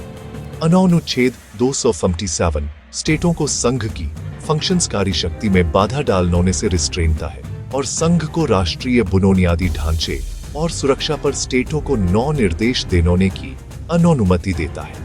यदि इन 9 निर्देशों से स्टेटों को अतिरिक्त लागत आती है तो संघ उन्हें मुआवजा देता है और डिस्प्यूट्सों का निपटारा एक मध्यस्थ द्वारा किया जाता है। ये अनुच्छेद प्रशासन में संघ की सर्वोच्चता स्थापित करते हैं, लेकिन वित्तीय निष्पक्षता सुनिश्चित करते हैं।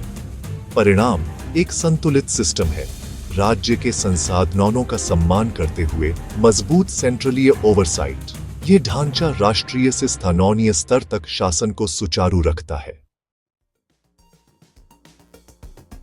अनुच्छेद 208 राष्ट्रपति को राज्य की सहमति से सेंट्रलीय नीतियों के लिए स्टेटों के प्रशासनिक तंत्र का उपयोग करते हुए संघ के फंक्शंसों को राज्य गवर्नमेंटों को सौंपने में सक्षम बनाता है।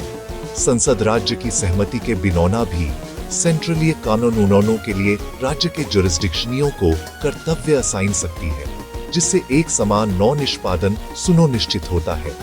अनुच्छेद 258A जो बाद में जोड़ा गया, स्टेटों को अपने फंक्शंसों को संघ को सौंपने की अनुमति देता है, जिससे यह प्रतिनिधिमंडल के लिए दो तरफा रास्ता बन जाता है। यह सहकारी यूनियनवाद को बढ़ावा देता है, दोनों लेवलों पर संसाधनों और एक्सपर्टता का अडेप्टन करता है।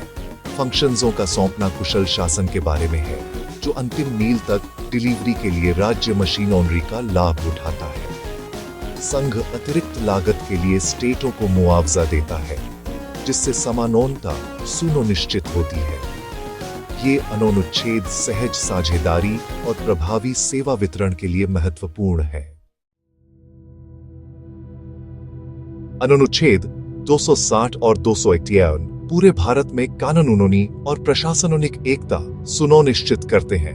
अनुच्छेद 260 भारत को समझौते द्वारा अपनी सीमाओं के बाहर के एरियाओं में फंक्शंस भार संभालने की अनुमति देता है। ऐतिहासिक रूप से ईस्ट वाइल उपनिवेशों को एकीकृत करने के लिए उपयोग किया जाता था। यह आउटसाइडी संबंधों और विशेष प्रशासनिक ऑर्डरों के प्रबंधन के लिए एक उपकरण बनना हुआ है। अनुच्छेद 251 यह अनिवार्य करता है कि सार्वजनिक कार्य, रिकॉर्ड और न्यायिक फंक्शंस वाही पूरे देश में मान्यता प्राप्त हो। केरल में एक जन्म प्रमाण पत्र, दिल्ली में मान्य है। यह पूर्ण विश्वास और आड़खंड कानूनी विक्लोजन को रिस्ट्रेनता है और यह सुनिश्चित करता है कि नॉन नागरिकों के जुरिस्डिक्शनों और दस्तावेजों का हर जगह सम्मान किया जाए। ये प्रावधान क्वाइटली भारत के एकीकृत कानूनी स्थान को बनाए रखते हैं। एक यूनियनीय सिस्टम में कानूनी के विवाद आम बात है, इसीलिए अनुच्छेद 262 संसद को अंतर स्टेटीय नॉन डी डिस्प्यूट्सों को सुलझाने के लिए विशेष तंत्र बनाने का अधिकार देता है। संसद अदालतों को, जिसमें सुप्रीम कोर्ट भी शामिल है, इंटरवीन करने से रोक सकती है, जिससे एक्सक्लूसिव ट्रिब्यूनलों को इन तकनीकी संवेदनशील डिस्प्यूट्सों को संभालने की अनुमति मिलती है। अंतरस्टेटीय जल विवाद अधिनियम जैसे कानून नॉन डी शेयरकरण के लिए संरचित बाउंडकारी समाधान प्रदान करते हैं। ट्रिब्यूनलों ने प्रमुख डिस्प्यूट्सों कृष्णा, कावेरी, नर्मदा को सुलझाया है, जो महत्वपूर्ण संसाधनों पर राज्य के दावों को संतुलित करते हैं। यह दृष्टिकोण यूनियनर्स को कानूनी प्रक्रियाओं में बदलता है, जिसका लक्ष्य समानता और स्थिरता है। अनुच्छेद 262 शांतिपूर्ण कोएग्जिस्टेंस और राष्ट्रीय विकास के लिए महत्वपूर्ण है। अनुच्छेद 245 से 233 भारत के यूनियनीय सिस्टम की रीढ़ है। जो संघ और राज्य की पावरियों को सावधानी से संतुलित करते हैं। 3 सूचियां स्वायत्तता को परिभाषित करती हैं, जबकि लचीले प्रावधान राष्ट्रीय नीडों और आपात स्थितियों के अनुकूल होने की अनुमति देते हैं। प्रशासनिक प्रतिनिधिमंडल और संघ के नौ निर्देश समन्वित प्रगति सुनिश्चित करते हैं। अधिनौनता, नौनही, पूर्ण विश्वास और आरण खंड और जल विवाद ट्रिब्यूनल जैसे तंत्र संघ को एकजुट और फंक्शंस आत्मक रखते हैं। नौ नागरिकों के लिए इसका मतलब स्पष्ट अधिकार और ऑब्लिगेशन है, और एक ऐसा सिस्टम जो राष्ट्रीय और एरियाई दोनों नीडों को पूरा करता है। ढांचा एकता के लिए केंद्र की ओर झुका हुआ है, लेकिन नॉन वाचार और शासन के लिए राज्य के स्थान को बरकरार रखता है। इस साझा संप्रभुता और सहयोग ने भारतीय लोकतंत्र को विविधता के बीच फल फूल में सक्षम बनाना है। ये अनुच्छेद सामंजस्यपूर्ण संघ राज्य संबंधों के लिए आवश्यक मार्गदर्शक बने हुए हैं।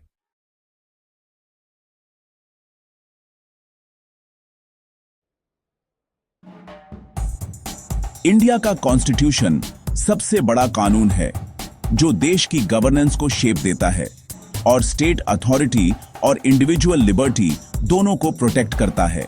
यह गवर्नमेंट इंस्टीट्यूशंस के स्ट्रक्चर, पावर्स और ड्यूटीज को डिफाइन करता है और सिटीजन्स के राइट्स और रिस्पॉन्सिबिलिटीज को सेट करता है। आर्टिकल 264 से 323 बहुत इंपॉर्टेंट हैं। ये एडमिनिस्ट्रेशन की मशीनरी को डिटेल में बताते हैं, फाइनेंस, ट्रेड और सिविल सर्विसेज। इन आर्टिकल्स को समझने से पता चलता है कि इंडिया की गवर्नमेंट रिसोर्सेज को कैसे मैनेज करती है, इकोनॉमिक एक्टिविटी को रेगुलेट करती है और पॉलिसीज को इंप्लीमेंट करती है। यह एक्सप्लोरेशन इन प्रोविजंस को आसान मेडेगी, सिटीजन्स की लाइफ पर उनके डायरेक्ट इम्पैक्ट और मॉडर्न इंडिया में उनकी लगातार रेलेवेंस को दिखाएगी।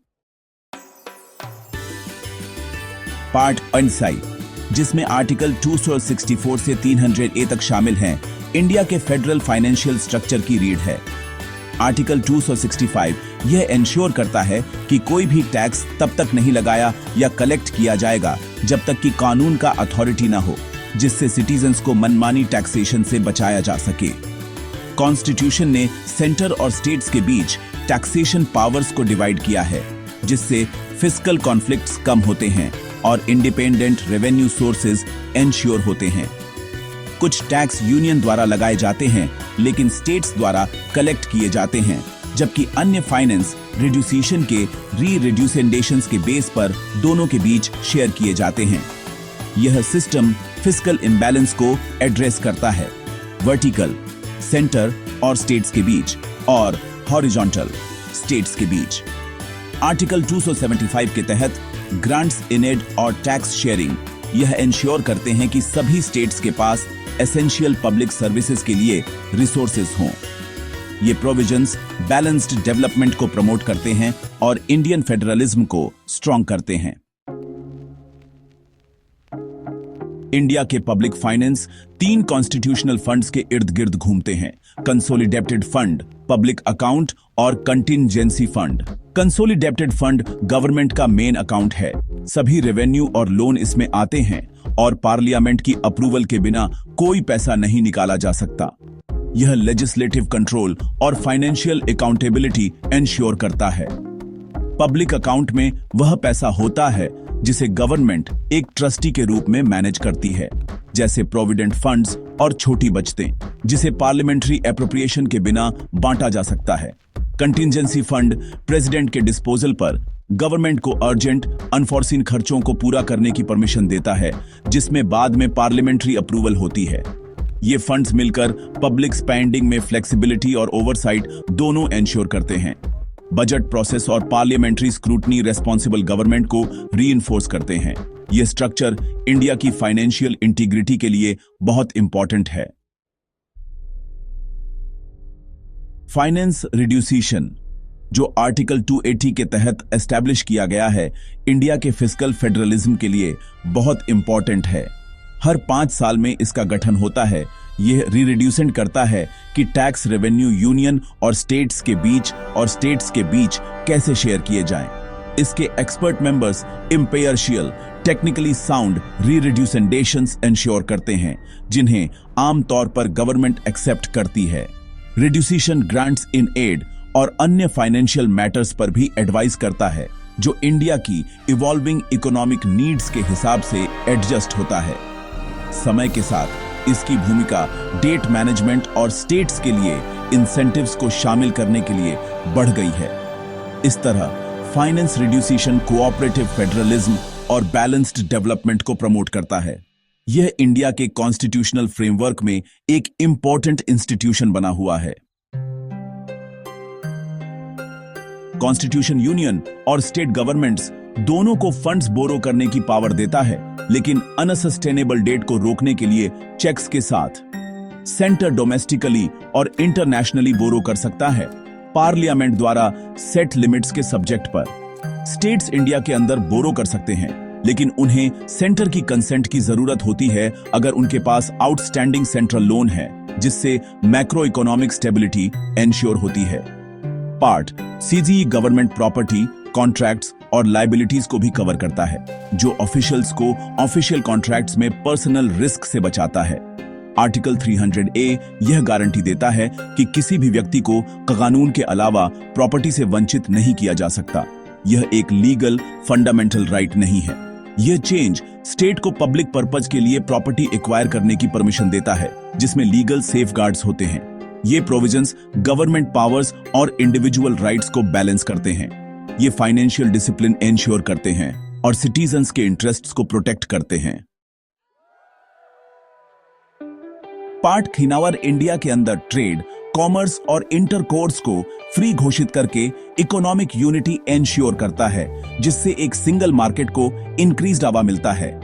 पार्लियामेंट पब्लिक इंटरेस्ट में रेस्ट्रिक्शंस लगा सकती है, लेकिन उसे स्टेट्स के बीच डिस्क्रिमिनेशन से बचना चाहिए। आर्टिकल 303 ऐसे लॉओं को रोकता है जो किसी भी स्टेट के पक्ष में भेदभाव करते हैं या उसके खिलाफ भेदभाव करते हैं। इमरजेंसी को एक्सेप्ट। स्टेट्स इंपोर्टेड गुड्स पर टैक्स लगा सकते हैं, अगर लोकल गुड्स पर भी इसी तरह टैक्स लगाया जाता है, लेकिन भेदभाव नहीं कर सकते। किसी भी रिस्ट्रिक्टिव स्टेट लॉ को प्रेसिडेंट की पहले की अप्रूवल की जरूरत होती है। यह फ्रेमवर्क लिमिटेड स्टेट ऑटोनॉमी के साथ नेशनल इकोनॉमिक इंटीग्रेशन को बैलेंस करता है। यह इंडिया के कॉमन मार्केट और इकोनॉमिक ग्रोथ को सपोर्ट करता है। पार्ट एंड दाव इंडिया की सिविल सर्विसेज के लिए कॉन्स्टिट्यूशनल फाउंडेशन प्रोवाइड करता है, जिससे एक न्यूट्रल और एफिशिएंट ब्यूरोक्रेसी एंश्योर होती है। पार्लियामेंट और स्टेट लेजिस्लेचर्स रिक्रूटमेंट और सर्विस कंडीशंस को रेगुलेट करते हैं, जिसमें प्रेसिडेंट या गवर्नर द्वारा इंटरिम रूल्स बनाए जाते हैं। आर्टिकल 310 का डॉक्ट्रिन ऑफ प्लेजर का मतलब है कि सिविल सर्वेंट्स प्रेसिडेंट या गवर्नर के प्लेजर पर सर्विस करते हैं, लेकिन कॉन्स्टिट्यूशनल सेफगार्ड्स के साथ। आर्टिकल 311 सिविल सर्वेंट्स को मनमानी डिसमिसल से बचाता है, जिसमें ड्यू प्रोसेस और इंक्वायरी की जरूरत होती है।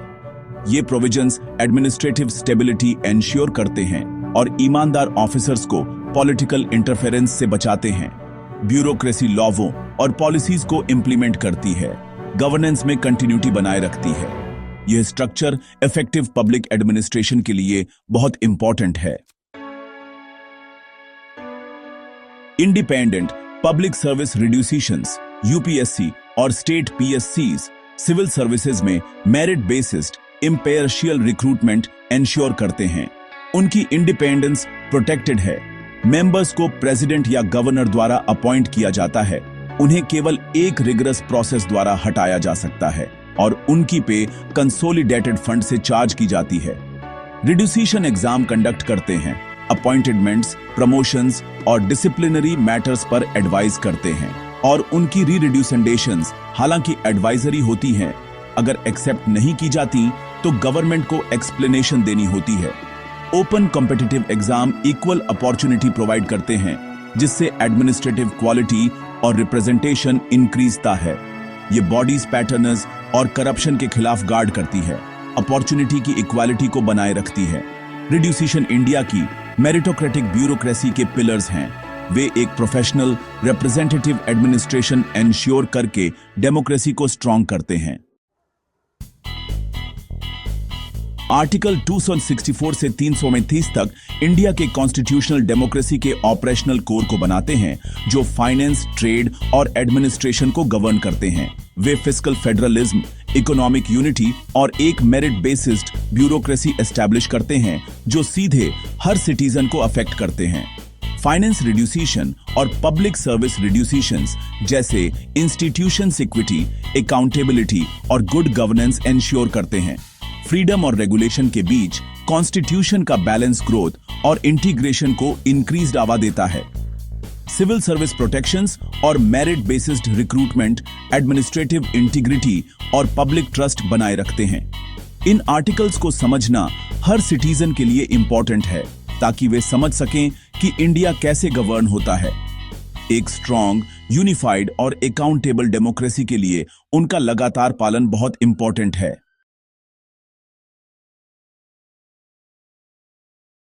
हे एवरीवन, आज हम अपने इंडियन कॉन्स्टिट्यूशन के एक सुपर इंपॉर्टेंट पार्ट को देखेंगे, आर्टिकल्स 324 से 319 तक। अगर आप एक स्टूडेंट हैं, किसी एग्जाम की तैयारी कर रहे हैं या बस यह जानने को उत्सुक हैं कि इंडिया के इलेक्शंस इतनी स्मूथली कैसे होते हैं, तो आप सही जगह पर हैं। तो चलिए शुरू करते हैं। आर्टिकल 324 इन सभी आर्टिकल्स का बॉस है। यह इलेक्शन कमीशन ऑफ इंडिया को बनाता है, वह ऑर्गेनाइजेशन जो यह इंश्योर करती है कि हमारे इलेक्शंस फ्री, फेयर और ट्रांसपेरेंट हों, चाहे वह लोकसभा हो, राज्यसभा हो या स्टेट असेंबलीज हों। इलेक्शन कमीशन सब कुछ चेक में रखता है। यह पूरे प्रोसेस को कंट्रोल करता है, इलेक्शन की डेट्स अनाउंस करने से लेकर रिजल्ट्स डिक्लेयर करने तक, ताकि पॉलिटिकल पार्टीज गड़बड़ न कर सकें। नेक्स्ट, आर्टिकल 325 कहता है नो डिस्क्रिमिनेशन। किसी को भी उनके रिलीजन, रेस, कास्ट या जेंडर की वजह से वोट देने से मना नहीं किया जा सकता। अगर आप एक सिटीजन हैं और 18 साल से ऊपर हैं तो आप वोट दे सकते हैं। 1 पर्सन 1 वोट, कोई फर्क नहीं पड़ता। फिर आता है आर्टिकल 326। यह आर्टिकल ही वह वजह है कि आप 18 साल के होते ही वोट दे सकते हैं। यह इंश्योर करता है कि इलेक्शंस एडल्ट सफरेज से हों, जिसका मतलब है कि अडल्ट्स अपने लीडर्स को चुनते हैं। Democracy in action. अब आर्टिकल 327 और 328 इलेक्शंस के बारे में लॉज बनाने की पावर पार्लियामेंट और स्टेट लेजिस्लेचर्स को देते हैं। बेसिकली बड़े रूल्स पार्लियामेंट से आते हैं और स्टेट्स अपने इलेक्शंस के लिए अपने रूल्स बना सकते हैं, बस लोकसभा या राज्यसभा के लिए नहीं। इससे हर स्टेट अपनी जरूरतों के हिसाब से चीजों को एडजस्ट कर सकता है, जबकि बड़े नेशनल रूल्स को फॉलो करते हुए। और फाइनली आर्टिकल 329 एक शील्ड की तरह है। अगर आपको इलेक्शन कंडक्ट करने के तरीके में कोई इश्यू है तो आप सीधे कोर्ट्स में नहीं जा सकते। आपको इलेक्शन का खत्म होने तक इंतजार करना होगा और फिर उसे एक इलेक्शन पिटीशन के जरिए चैलेंज करना होगा। यह कोर्ट्स को इंटरफेयर करने से रोकता है और इलेक्शंस को स्मूथली चलने देता है।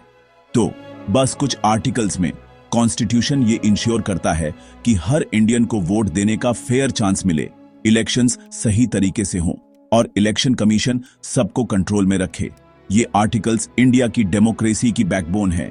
इनके बिना चीजें क्योटिक हो जाएंगी। ठीक है, आज के आर्टिकल्स 324 से 329 के क्विक ब्रेकडाउन के लिए बस इतना ही। अगर आपको यह हेल्पफुल लगा तो लाइक करें, अपने फ्रेंड्स के साथ शेयर करें और ऐसे ही और आसान एक्सप्लेनर के लिए सब्सक्राइब करना न भूलें। अगली वीडियो में मिलते हैं।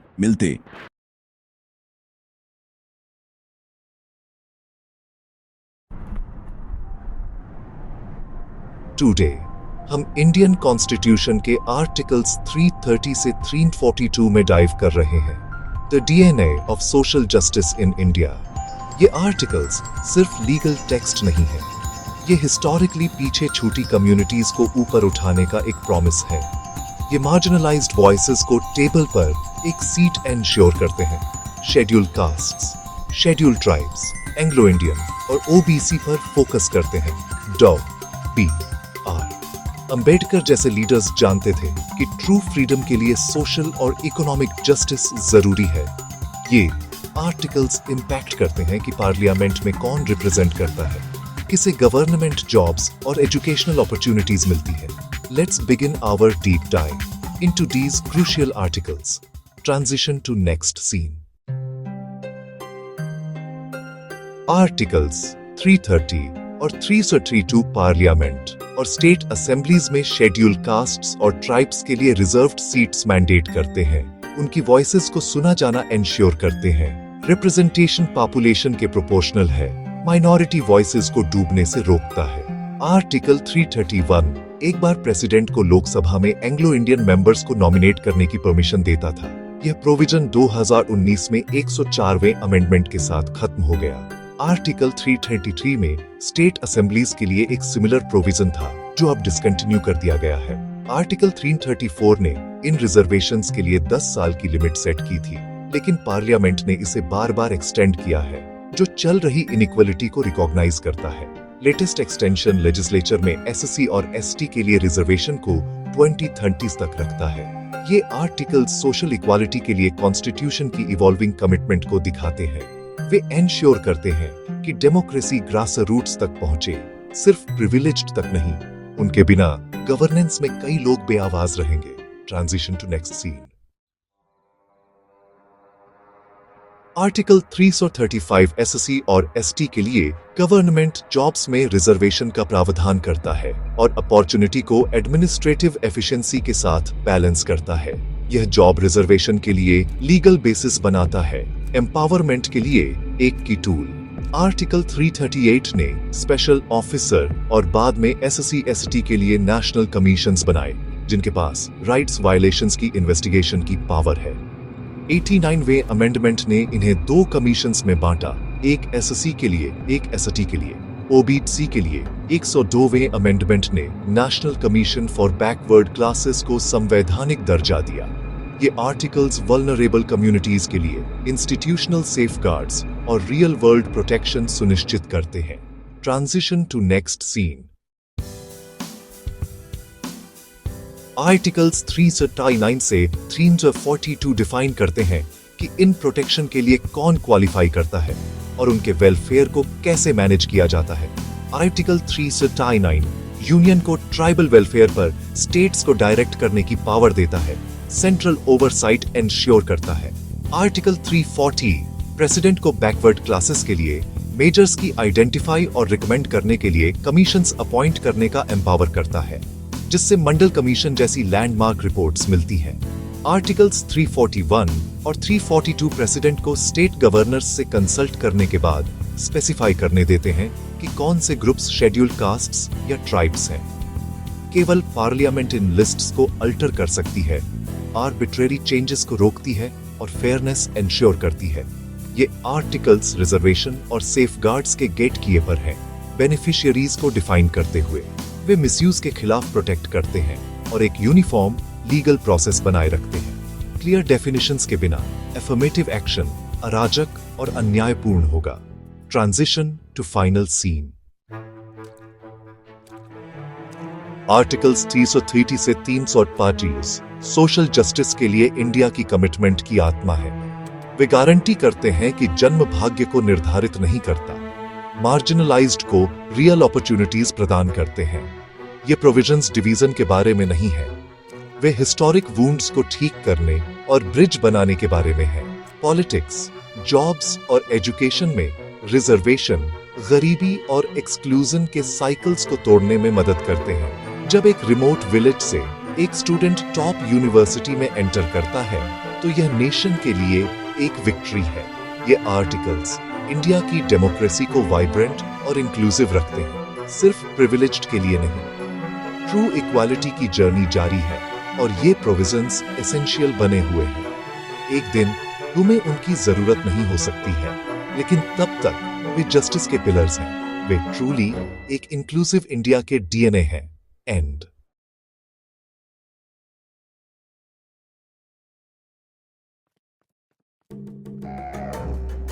नमस्कार, आज हम एक बेहद महत्वपूर्ण विषय पर चर्चा करेंगे, भारत में भाषाओं की शक्ति और संविधान के अनुच्छेद 343 से 351 की भूमिका। भारत का संविधान न सिर्फ हमारे अधिकारों और कर्तव्यों को तय करता है, बल्कि यह भी बताता है कि देश में भाषाओं का स्थान क्या है। आज हम भारत की भाषाई व्यवस्था के उस हिस्से को समझेंगे जो संविधान के अनुच्छेद 343 से 351 में छिपा है। भारत में सैकड़ों भाषाएं और बोलियां हैं। हर राज्य, हर क्षेत्र की अपनी अलग पहचान है। ऐसे में सवाल उठता है कि सरकारी कामकाज कैसे चलता है, किस भाषा में संवाद होता है, कौन सी भाषा देश को जोड़ती है, क्या कोई एक भाषा पूरे भारत को एक सूत्र में बांध सकती है, या हमें विविधता में एकता तलाशनी चाहिए। हमारे संविधान निर्माताओं के सामने सबसे बड़ी चुनौती थी एक ऐसी भाषा चुनना जो सबको जोड़ सके लेकिन किसी को कमतर न महसूस हो। वे चाहते थे कि हर भारतीय को सम्मान मिले, चाहे उसकी मातृभाषा कोई भी हो। संविधान सभा में लंबी बहसों और विचार विमर्श के बाद अनुच्छेद 343 से 351 तक का संतुलन बना, जिसने भारत की भाषाई एकता की नींव रखी और विविधता को भी सम्मान दिया। ये अनुच्छेद बताते हैं कि भारत की कोई राष्ट्रभाषा नहीं, लेकिन राजभाषा हिंदी है, और इसके पीछे क्या तर्क है यह भी स्पष्ट करते हैं। आज हम इन्हीं अनुच्छेदों को सरल भाषा में समझेंगे और जानेंगे कैसे संविधान भारत की भाषाई विविधता को एक खूबसूरत संतुलन देता है, जिससे हर भारतीय को अपनी भाषा पर गर्व महसूस हो। भारतीय संविधान के अनुच्छेद 343 ने यह ऐतिहासिक फैसला लिया कि केंद्र सरकार की राजभाषा हिंदी होगी और वह देवनागरी लिपि में लिखी जाएगी। यह निर्णय स्वतंत्र भारत की पहचान और एकता को दर्शाता है, क्योंकि भाषा हमारे देश की विविधता में एकता का प्रतीक है। संविधान निर्माताओं ने सोच समझकर राजभाषा शब्द चुना ताकि किसी एक भाषा को दूसरी पर न थोपा जाए और सभी भारतीय भाषाओं का सम्मान बना रहे। यह शब्द भारत की भाषाई विविधता को स्वीकार करता है। सरकारी कामकाज में अंकों के लिए अंतरराष्ट्रीय फॉर्मेट अपनाया गया, जिससे भारत वैश्विक स्तर पर जुड़ सके और आधुनिकता के साथ कदम से कदम मिला सके।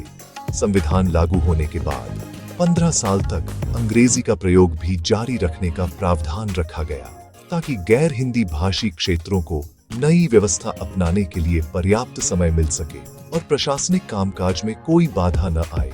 1965 में जब अंग्रेजी हटाने की बात आई तो दक्षिण भारत में बड़े पैमाने पर विरोध हुआ। लोगों ने सड़कों पर उतरकर अपनी भाषा और पहचान की रक्षा के लिए आवाज उठाई। नतीजतन संसद ने यह तय किया कि हिंदी और अंग्रेजी दोनों का प्रयोग केंद्र सरकार के कामकाज में जारी रहेगा, जिससे सभी क्षेत्रों की भाषाई भावनाओं का सम्मान हो सके। आज भी केंद्र सरकार के दफ्तरों में हिंदी और अंग्रेजी दोनों समान रूप से चलती है। यही है भारत का अनूठा भाषाई संतुलन, जो विविधता में एकता की मिसाल पेश करता है।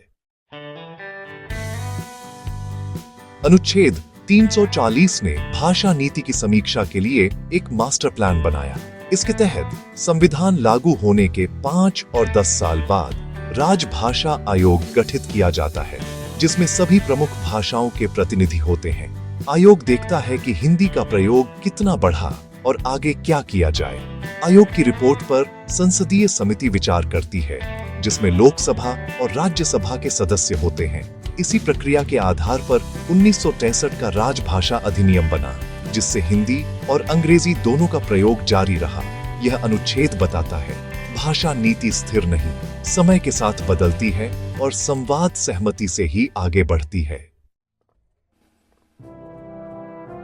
भारतीय संविधान के अनुच्छेद 345, 346 और 347 राज्यों को अपनी भाषा चुनने का अधिकार देते हैं। ये अनुच्छेद न सिर्फ राज्यों को अपनी पहचान और सांस्कृतिक विरासत को बनाए रखने की आजादी देते हैं, बल्कि प्रशासनिक कामकाज को भी स्थानीय लोगों के लिए आसान बनाते हैं।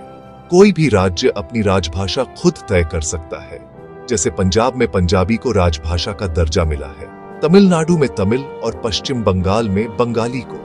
हर राज्य अपनी भाषा के जरिए अपनी सांस्कृतिक पहचान को और मजबूत करता है। इससे प्रशासन आम लोगों की भाषा में चलता है, जिससे सरकारी योजनाओं और सेवाओं की जानकारी लोगों तक आसानी से पहुंचती है। यही वजह है कि लोकतंत्र की जड़ें और भी गहरी होती हैं और नागरिकों की भागीदारी बढ़ती है।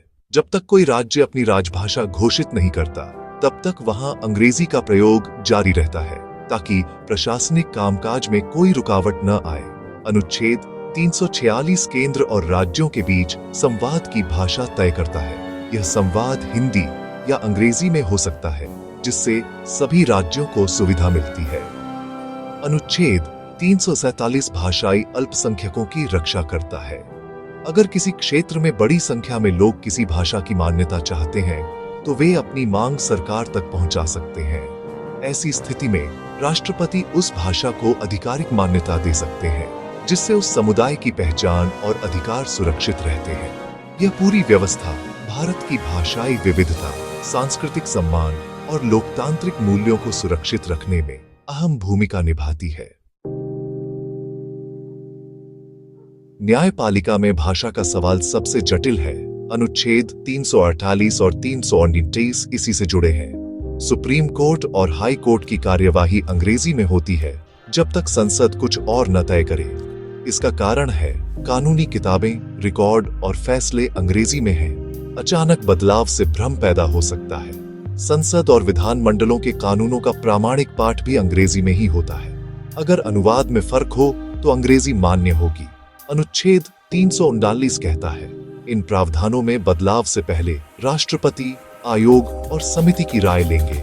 ये सब इसलिए ताकि न्याय और कानून की भाषा में जल्दबाजी या पक्षपात न हो। अनुच्छेद 350 और 351 भारतीय भाषाओं के सम्मान और हिंदी के विकास की बात करते हैं। कोई भी नागरिक केंद्र या राज्य सरकार को किसी भी भारतीय भाषा में आवेदन दे सकता है। अधिकारियों को उसे स्वीकारना होगा। अनुच्छेद 350 के राज्य सरकारें भाषाई अल्पसंख्यकों के बच्चों को उनकी मातृभाषा में प्राथमिक शिक्षा देने की व्यवस्था करें। 355 राष्ट्रपति एक अधिकारी नियुक्त करते हैं जो भाषाई अल्पसंख्यकों के अधिकारों की निगरानी करता है। अनुच्छेद 351 केंद्र सरकार हिंदी का प्रसार और विकास करे ताकि वह भारत की विविध संस्कृति की अभिव्यक्ति का माध्यम बने। हिंदी को समावेशी बनाना है। उसमें अन्य भारतीय भाषाओं के शब्द, मुहावरे और शैलियां शामिल हों। उद्देश्य हिंदी को जोड़ने वाली सबकी भाषा बनाना, नॉट सिर्फ एक क्षेत्र की। अनुच्छेद 343 से 351 भारत की आत्मा का प्रतिबिंब है। ये विविधता में एकता का मॉडल पेश करते हैं। हिंदी को राजभाषा बनाकर प्रशासनिक एकता दी, लेकिन राज्यों को अपनी भाषा चुनने की आजादी भी दी। संवाद, सहमति और व्यावहारिकता, यही इन अनुच्छेदों की खूबसूरती है। अंग्रेजी को सहायक भाषा बनाकर विकास और वैश्विक संपर्क को भी सुरक्षित रखा। भाषाई अल्पसंख्यकों के अधिकारों की रक्षा की, हर भाषा को फलने फूलने का मौका दिया। यही है भारत की असली ताकत। हर भाषा का सम्मान, हर आवाज की गूंज और संविधान का सफल प्रयोग।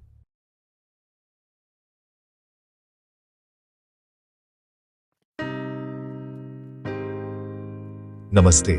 आज हम इंडियन कॉन्स्टिट्यूशन के इमरजेंसी प्रोविजंस को समझेंगे। आर्टिकल 352 से 360 तक। इमरजेंसी एक एक्स्ट्रा ऑर्डिनरी सिचुएशन है, जैसे वॉर या आंतरिक विद्रोह, जब नॉर्मल गवर्नमेंट काफी नहीं होती। संविधान निर्माताओं ने इसे देश की यूनिटी और इंटीग्रिटी के लिए एक सेफ्टी वाल्व माना, लेकिन ये पावर्स कंट्रोवर्शियल हैं और इनका मिसयूज डेमोक्रेसी के लिए खतरा है।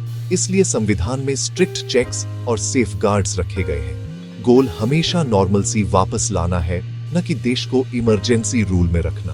अब आइए आर्टिकल्स को देखते हैं। इमरजेंसी प्रोविजंस कॉन्स्टिट्यूशन के पार्ट 18 में है, जो आर्टिकल 352 नेशनल इमरजेंसी से शुरू होते हैं। यह वॉर, बाहर से हमला या आर्म्ड रिबेलियन के दौरान डिक्लेयर की जाती है, जो पूरे देश को अफेक्ट करती है।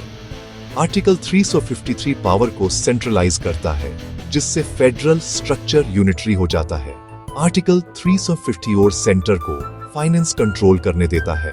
आर्टिकल 355 यूनियन को स्टेट्स को प्रोटेक्ट करने और कॉन्स्टिट्यूशनल गवर्नेंस एंश्योर करने के लिए ऑब्लिगेट करता है।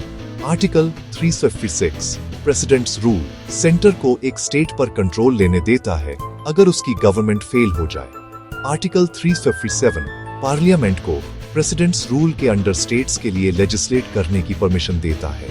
आर्टिकल्स 358 और 359 एक नेशनल इमरजेंसी के दौरान कुछ फंडामेंटल राइट्स को सस्पेंड करते हैं। आर्टिकल 360 एक फाइनेंशियल इमरजेंसी को अलाउ करता है अगर इंडिया की फाइनेंशियल स्टेबिलिटी को खतरा हो। ये आर्टिकल सेंटर को बहुत ज्यादा पावर्स देते हैं, पर सिर्फ सबसे गंभीर क्राइसिस में। आइए 3 तरह की इमरजेंसीज को डिकोड करते हैं। 3 तरह की इमरजेंसीज होती हैं। नेशनल इमरजेंसी, आर्टिकल 352, वॉर, बाहर से हमला या आर्म्ड रिबेलियन के लिए सेंट्रल गवर्नमेंट कंट्रोल ले लेती है। कुछ फंडामेंटल राइट्स सस्पेंड किए जा सकते हैं। स्टेट इमरजेंसी, आर्टिकल 356, एक स्टेट में प्रेसिडेंट्स रूल, जब उसकी गवर्नमेंट काम नहीं कर पाती, स्टेट गवर्नमेंट को डिसमिस कर दिया जाता है, सेंटर गवर्नर के थ्रू गवर्न करता है। फाइनेंशियल इमरजेंसी, आर्टिकल 360, कभी यूज नहीं हुई, लेकिन सेंटर को स्टेट्स को फाइनेंशियल मैटर्स पर डायरेक्ट करने और सैलरीज कम करने की परमिशन देती है अगर इंडिया की फाइनेंशियल स्टेबिलिटी खतरे में हो। हर टाइप का एक अलग ट्रिगर और इम्पैक्ट होता है। नेशनल इमरजेंसी पूरे देश को अफेक्ट करती है, स्टेट इमरजेंसी लोकलाइज्ड होती है, फाइनेंशियल इमरजेंसी इकोनॉमी को टारगेट करती है। नेशनल इमरजेंसी सबसे ज्यादा व्यापक है, जो फेडरल बैलेंस और सिटीजन्स के राइट्स को बदल देती है। स्टेट इमरजेंसी एक स्टेट में ऑर्डर बहाल करने के बारे में है। फाइनेंशियल इमरजेंसी इकोनॉमी को बचाने के बारे में है। ये पावर्स बहुत कठोर हैं, जो रेयर एक्सट्रीम सिचुएशंस के लिए हैं, पर हिस्ट्री बताती है कि इनका मिसयूज हो सकता है। ये प्रोविजंस सिर्फ थ्योरी नहीं है, इन्होंने इंडिया की हिस्ट्री को शेप किया है। 1975 की इमरजेंसी में फंडामेंटल राइट्स सस्पेंड हुए, प्रेस पर सेंसरशिप लगी और अपोजिशन को जेल में डाला गया। इसने दिखाया कि इमरजेंसी पावर्स डेमोक्रेसी को खतरे में डाल सकती है। 44वें अमेंडमेंट ने सेफगार्ड्स जोड़े, कुछ राइट्स अब सस्पेंड नहीं हो सकते। ये लेसन हमें याद दिलाते हैं विजिलेंस जरूरी है। आइए देखें कि ये पावर्स बड़ी पिक्चर में कैसे फिट होती हैं। क्या इमरजेंसी प्रोविजंस एक खतरा है या एक सेफगार्ड? वे दोनों हैं।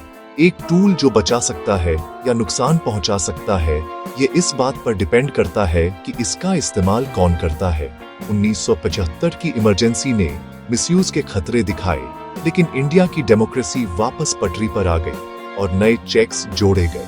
अब इमरजेंसी के लिए कैबिनेट अप्रूवल, पार्लियामेंट की स्पेशल मेजॉरिटी और जुडिशियल रिव्यू की जरूरत होती है। ये आर्टिकल्स क्राइसिस में निर्णायक कार्रवाई और राइट्स और फेडरलिज्म के प्रोटेक्शन के बीच बैलेंस बनाते हैं। ये रेयर गंभीर खतरों के लिए है, न कि पॉलिटिकल कन्वीनियंस के लिए। असली सेफगार्ड पब्लिक विजिलेंस है। सिटीजन्स, मीडिया, जुडिशियरी और अपोजिशन को पावर को जवाबदेह ठहराना चाहिए। आर्टिकल्स 352 से 360 कॉन्स्टिट्यूशन की दूरदर्शिता का प्रमाण है। डेमोक्रेसी को प्रोटेक्ट करने के लिए उपकरण, न कि उसे कमजोर करने के लिए। उनकी हिस्ट्री मिक्स्ड है, लेकिन उनका मकसद साफ है। डेमोक्रेसी को झुकने देना, तोड़ना नहीं। सही तरीके से इस्तेमाल करने पर वे रिपब्लिक की रक्षा करते हैं, गलत तरीके से इस्तेमाल करने पर वे उसे खतरे में डालते हैं। डेमोक्रेसी को प्रोटेक्ट करने की जिम्मेदारी हर जनरेशन की है। जय हिंद।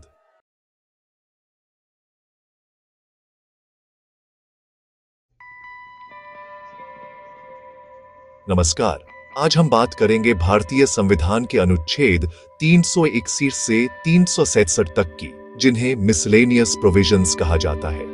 ये अनुच्छेद राष्ट्रपति, राज्यपाल और संसद को कानूनी सुरक्षा का कवच देते हैं। इनका मकसद है कि देश के सर्वोच्च पदों पर बैठे लोग बिना डर के अपने कर्तव्य निभा सके। सोचिए, अगर राष्ट्रपति या राज्यपाल पर हर छोटी बात पर केस हो जाए तो शासन कैसे चलेगा? ये प्रावधान उन्हें कार्यकाल के दौरान कानूनी कार्रवाइयों से छूट देते हैं, लेकिन ये छूट असीमित नहीं है। इन अनुच्छेदों में संसद की कार्यवाही, रियासतों के विलय और संविधान की शब्दावली की परिभाषाएं भी शामिल हैं। ये संविधान के ताने बाने को जोड़ ढहने वाले अदृश्य धागे हैं। आज हम इन्हीं अनुच्छेदों का सरल विश्लेषण करेंगे, जानेंगे कि ये कैसे लोकतंत्र को संतुलित और सुरक्षित रखते हैं। चलिए शुरू करते हैं। अनुच्छेद 361 राष्ट्रपति और राज्यपाल को कानूनी सुरक्षा देता है। उनके कार्यकाल में उनके किसी भी आधिकारिक फैसले पर अदालत में केस नहीं चल सकता। उनके खिलाफ आपराधिक कार्रवाई, गिरफ्तारी या जेल का आदेश भी कार्यकाल के दौरान नहीं हो सकता। लेकिन अगर संसद महाभियोग चलाती है तो उनके आचरण की जांच हो सकती है। व्यक्तिगत मामलों में केस करने के लिए 2 महीने का नोटिस देना जरूरी है। ये प्रावधान पद की गरिमा और स्वतंत्रता के लिए है, न कि व्यक्ति को हर गलती से बचाने के लिए। यह संतुलन बनाता है, शासन की मजबूती और जवाबदेही दोनों सुनिश्चित करता है। यही भारतीय लोकतंत्र की खासियत है। अनुच्छेद 361A मीडिया को संसद और विधानसभा की कार्यवाही की सच्ची रिपोर्टिंग की आजादी देता है। पत्रकार बिना डर के बहसों और फैसलों की जानकारी जनता तक पहुंचा सकते हैं, बशर्ते रिपोर्ट सच्ची हो। अनुच्छेद 361B दल बदल कानून से जुड़ा है। अगर कोई सांसद या विधायक अयोग्य घोषित होता है तो वह मंत्री या लाभकारी पद नहीं ले सकता। अनुच्छेद 362 और 363 पहले रियासतों के शासकों के अधिकारों से जुड़े थे, लेकिन अब इनका महत्व खत्म हो गया है। अनुच्छेद 363A ने प्रिवी पर्स और शासकों की मान्यता को समाप्त कर दिया। ये बदलाव दिखाते हैं कि संविधान समय के साथ खुद को कैसे ढालता है। कुछ विशेषाधिकार खत्म हुए, कुछ नए नियम जुड़े, समानता और लोकतंत्र को मजबूत करने के लिए। ये अनुच्छेद लोकतंत्र और प्रेस की आजादी के साथ साथ पुराने राजशाही प्रतीकों के अंत का प्रतीक है। संविधान की यही लचीलापन उसकी ताकत है। अनुच्छेद 364 राष्ट्रपति को बंदरगाहों और हवाई अड्डों पर विशेष अधिकार देता है, सुरक्षा और व्यापार के लिए। अनुच्छेद 365 कहता है, अगर कोई राज्य केंद्र के संवैधानिक निर्देश नहीं मानता तो राष्ट्रपति शासन लगाया जा सकता है। ये केंद्र को राज्यों पर नियंत्रण की शक्ति देता है।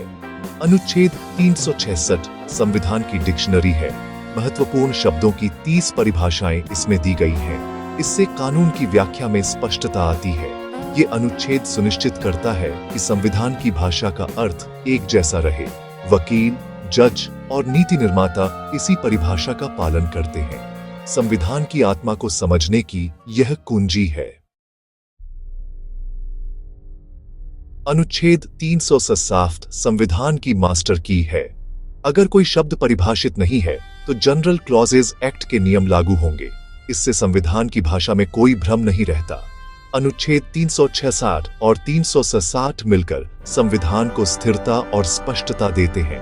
आम नागरिक की रोजमर्रा की जिंदगी पर इन अनुच्छेदों का सीधा असर नहीं दिखता, लेकिन शासन की स्थिरता और पारदर्शिता इन्हीं से आती है। राष्ट्रपति और राज्यपाल की सुरक्षा, प्रेस की आजादी और राज्यों केंद्र के संबंध सब इन्हीं प्रावधानों से संतुलित रहते हैं।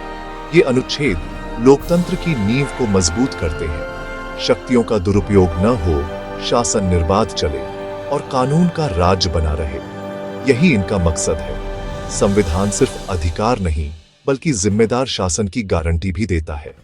यही अनुच्छेद उस गारंटी का हिस्सा है।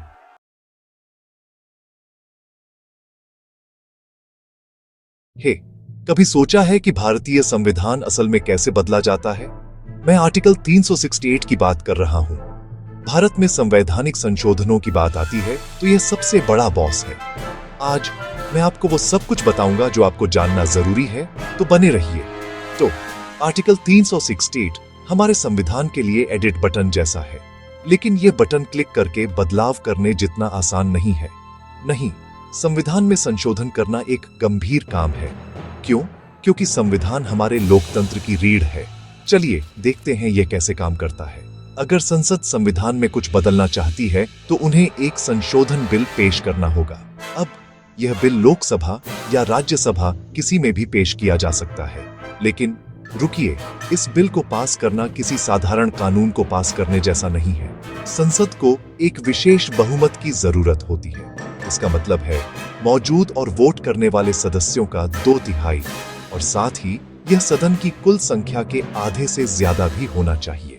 मुश्किल है, हाँ, लेकिन यही बात हमारे संविधान को मजबूत बनाती है। अब कुछ मामलों में केवल संसद ही काफी नहीं होती। अगर संशोधन राष्ट्रपति के चुनाव, सुप्रीम कोर्ट या केंद्र और राज्यों के बीच शक्तियों के वितरण जैसी जरूरी चीजों को प्रभावित करता है, तो इसे कम से कम आधे राज्य विधानसभाओं से भी मंजूरी की जरूरत होती है। यह एक डबल लॉक जैसा है, केवल सबसे जरूरी बदलाव ही पास होते हैं। और यहाँ कुछ कमाल की बात है, आर्टिकल 308 संविधान के मूल ढांचे की भी रक्षा करता है। इसका क्या मतलब है? भले ही संसद सभी चरणों का पालन करे, वे फिर भी लोकतंत्र, कानून का शासन या मौलिक अधिकारों जैसी चीजों को नहीं छू सकते। सुप्रीम कोर्ट ने केशवानंद भारती मामले में यह सुनिश्चित किया था।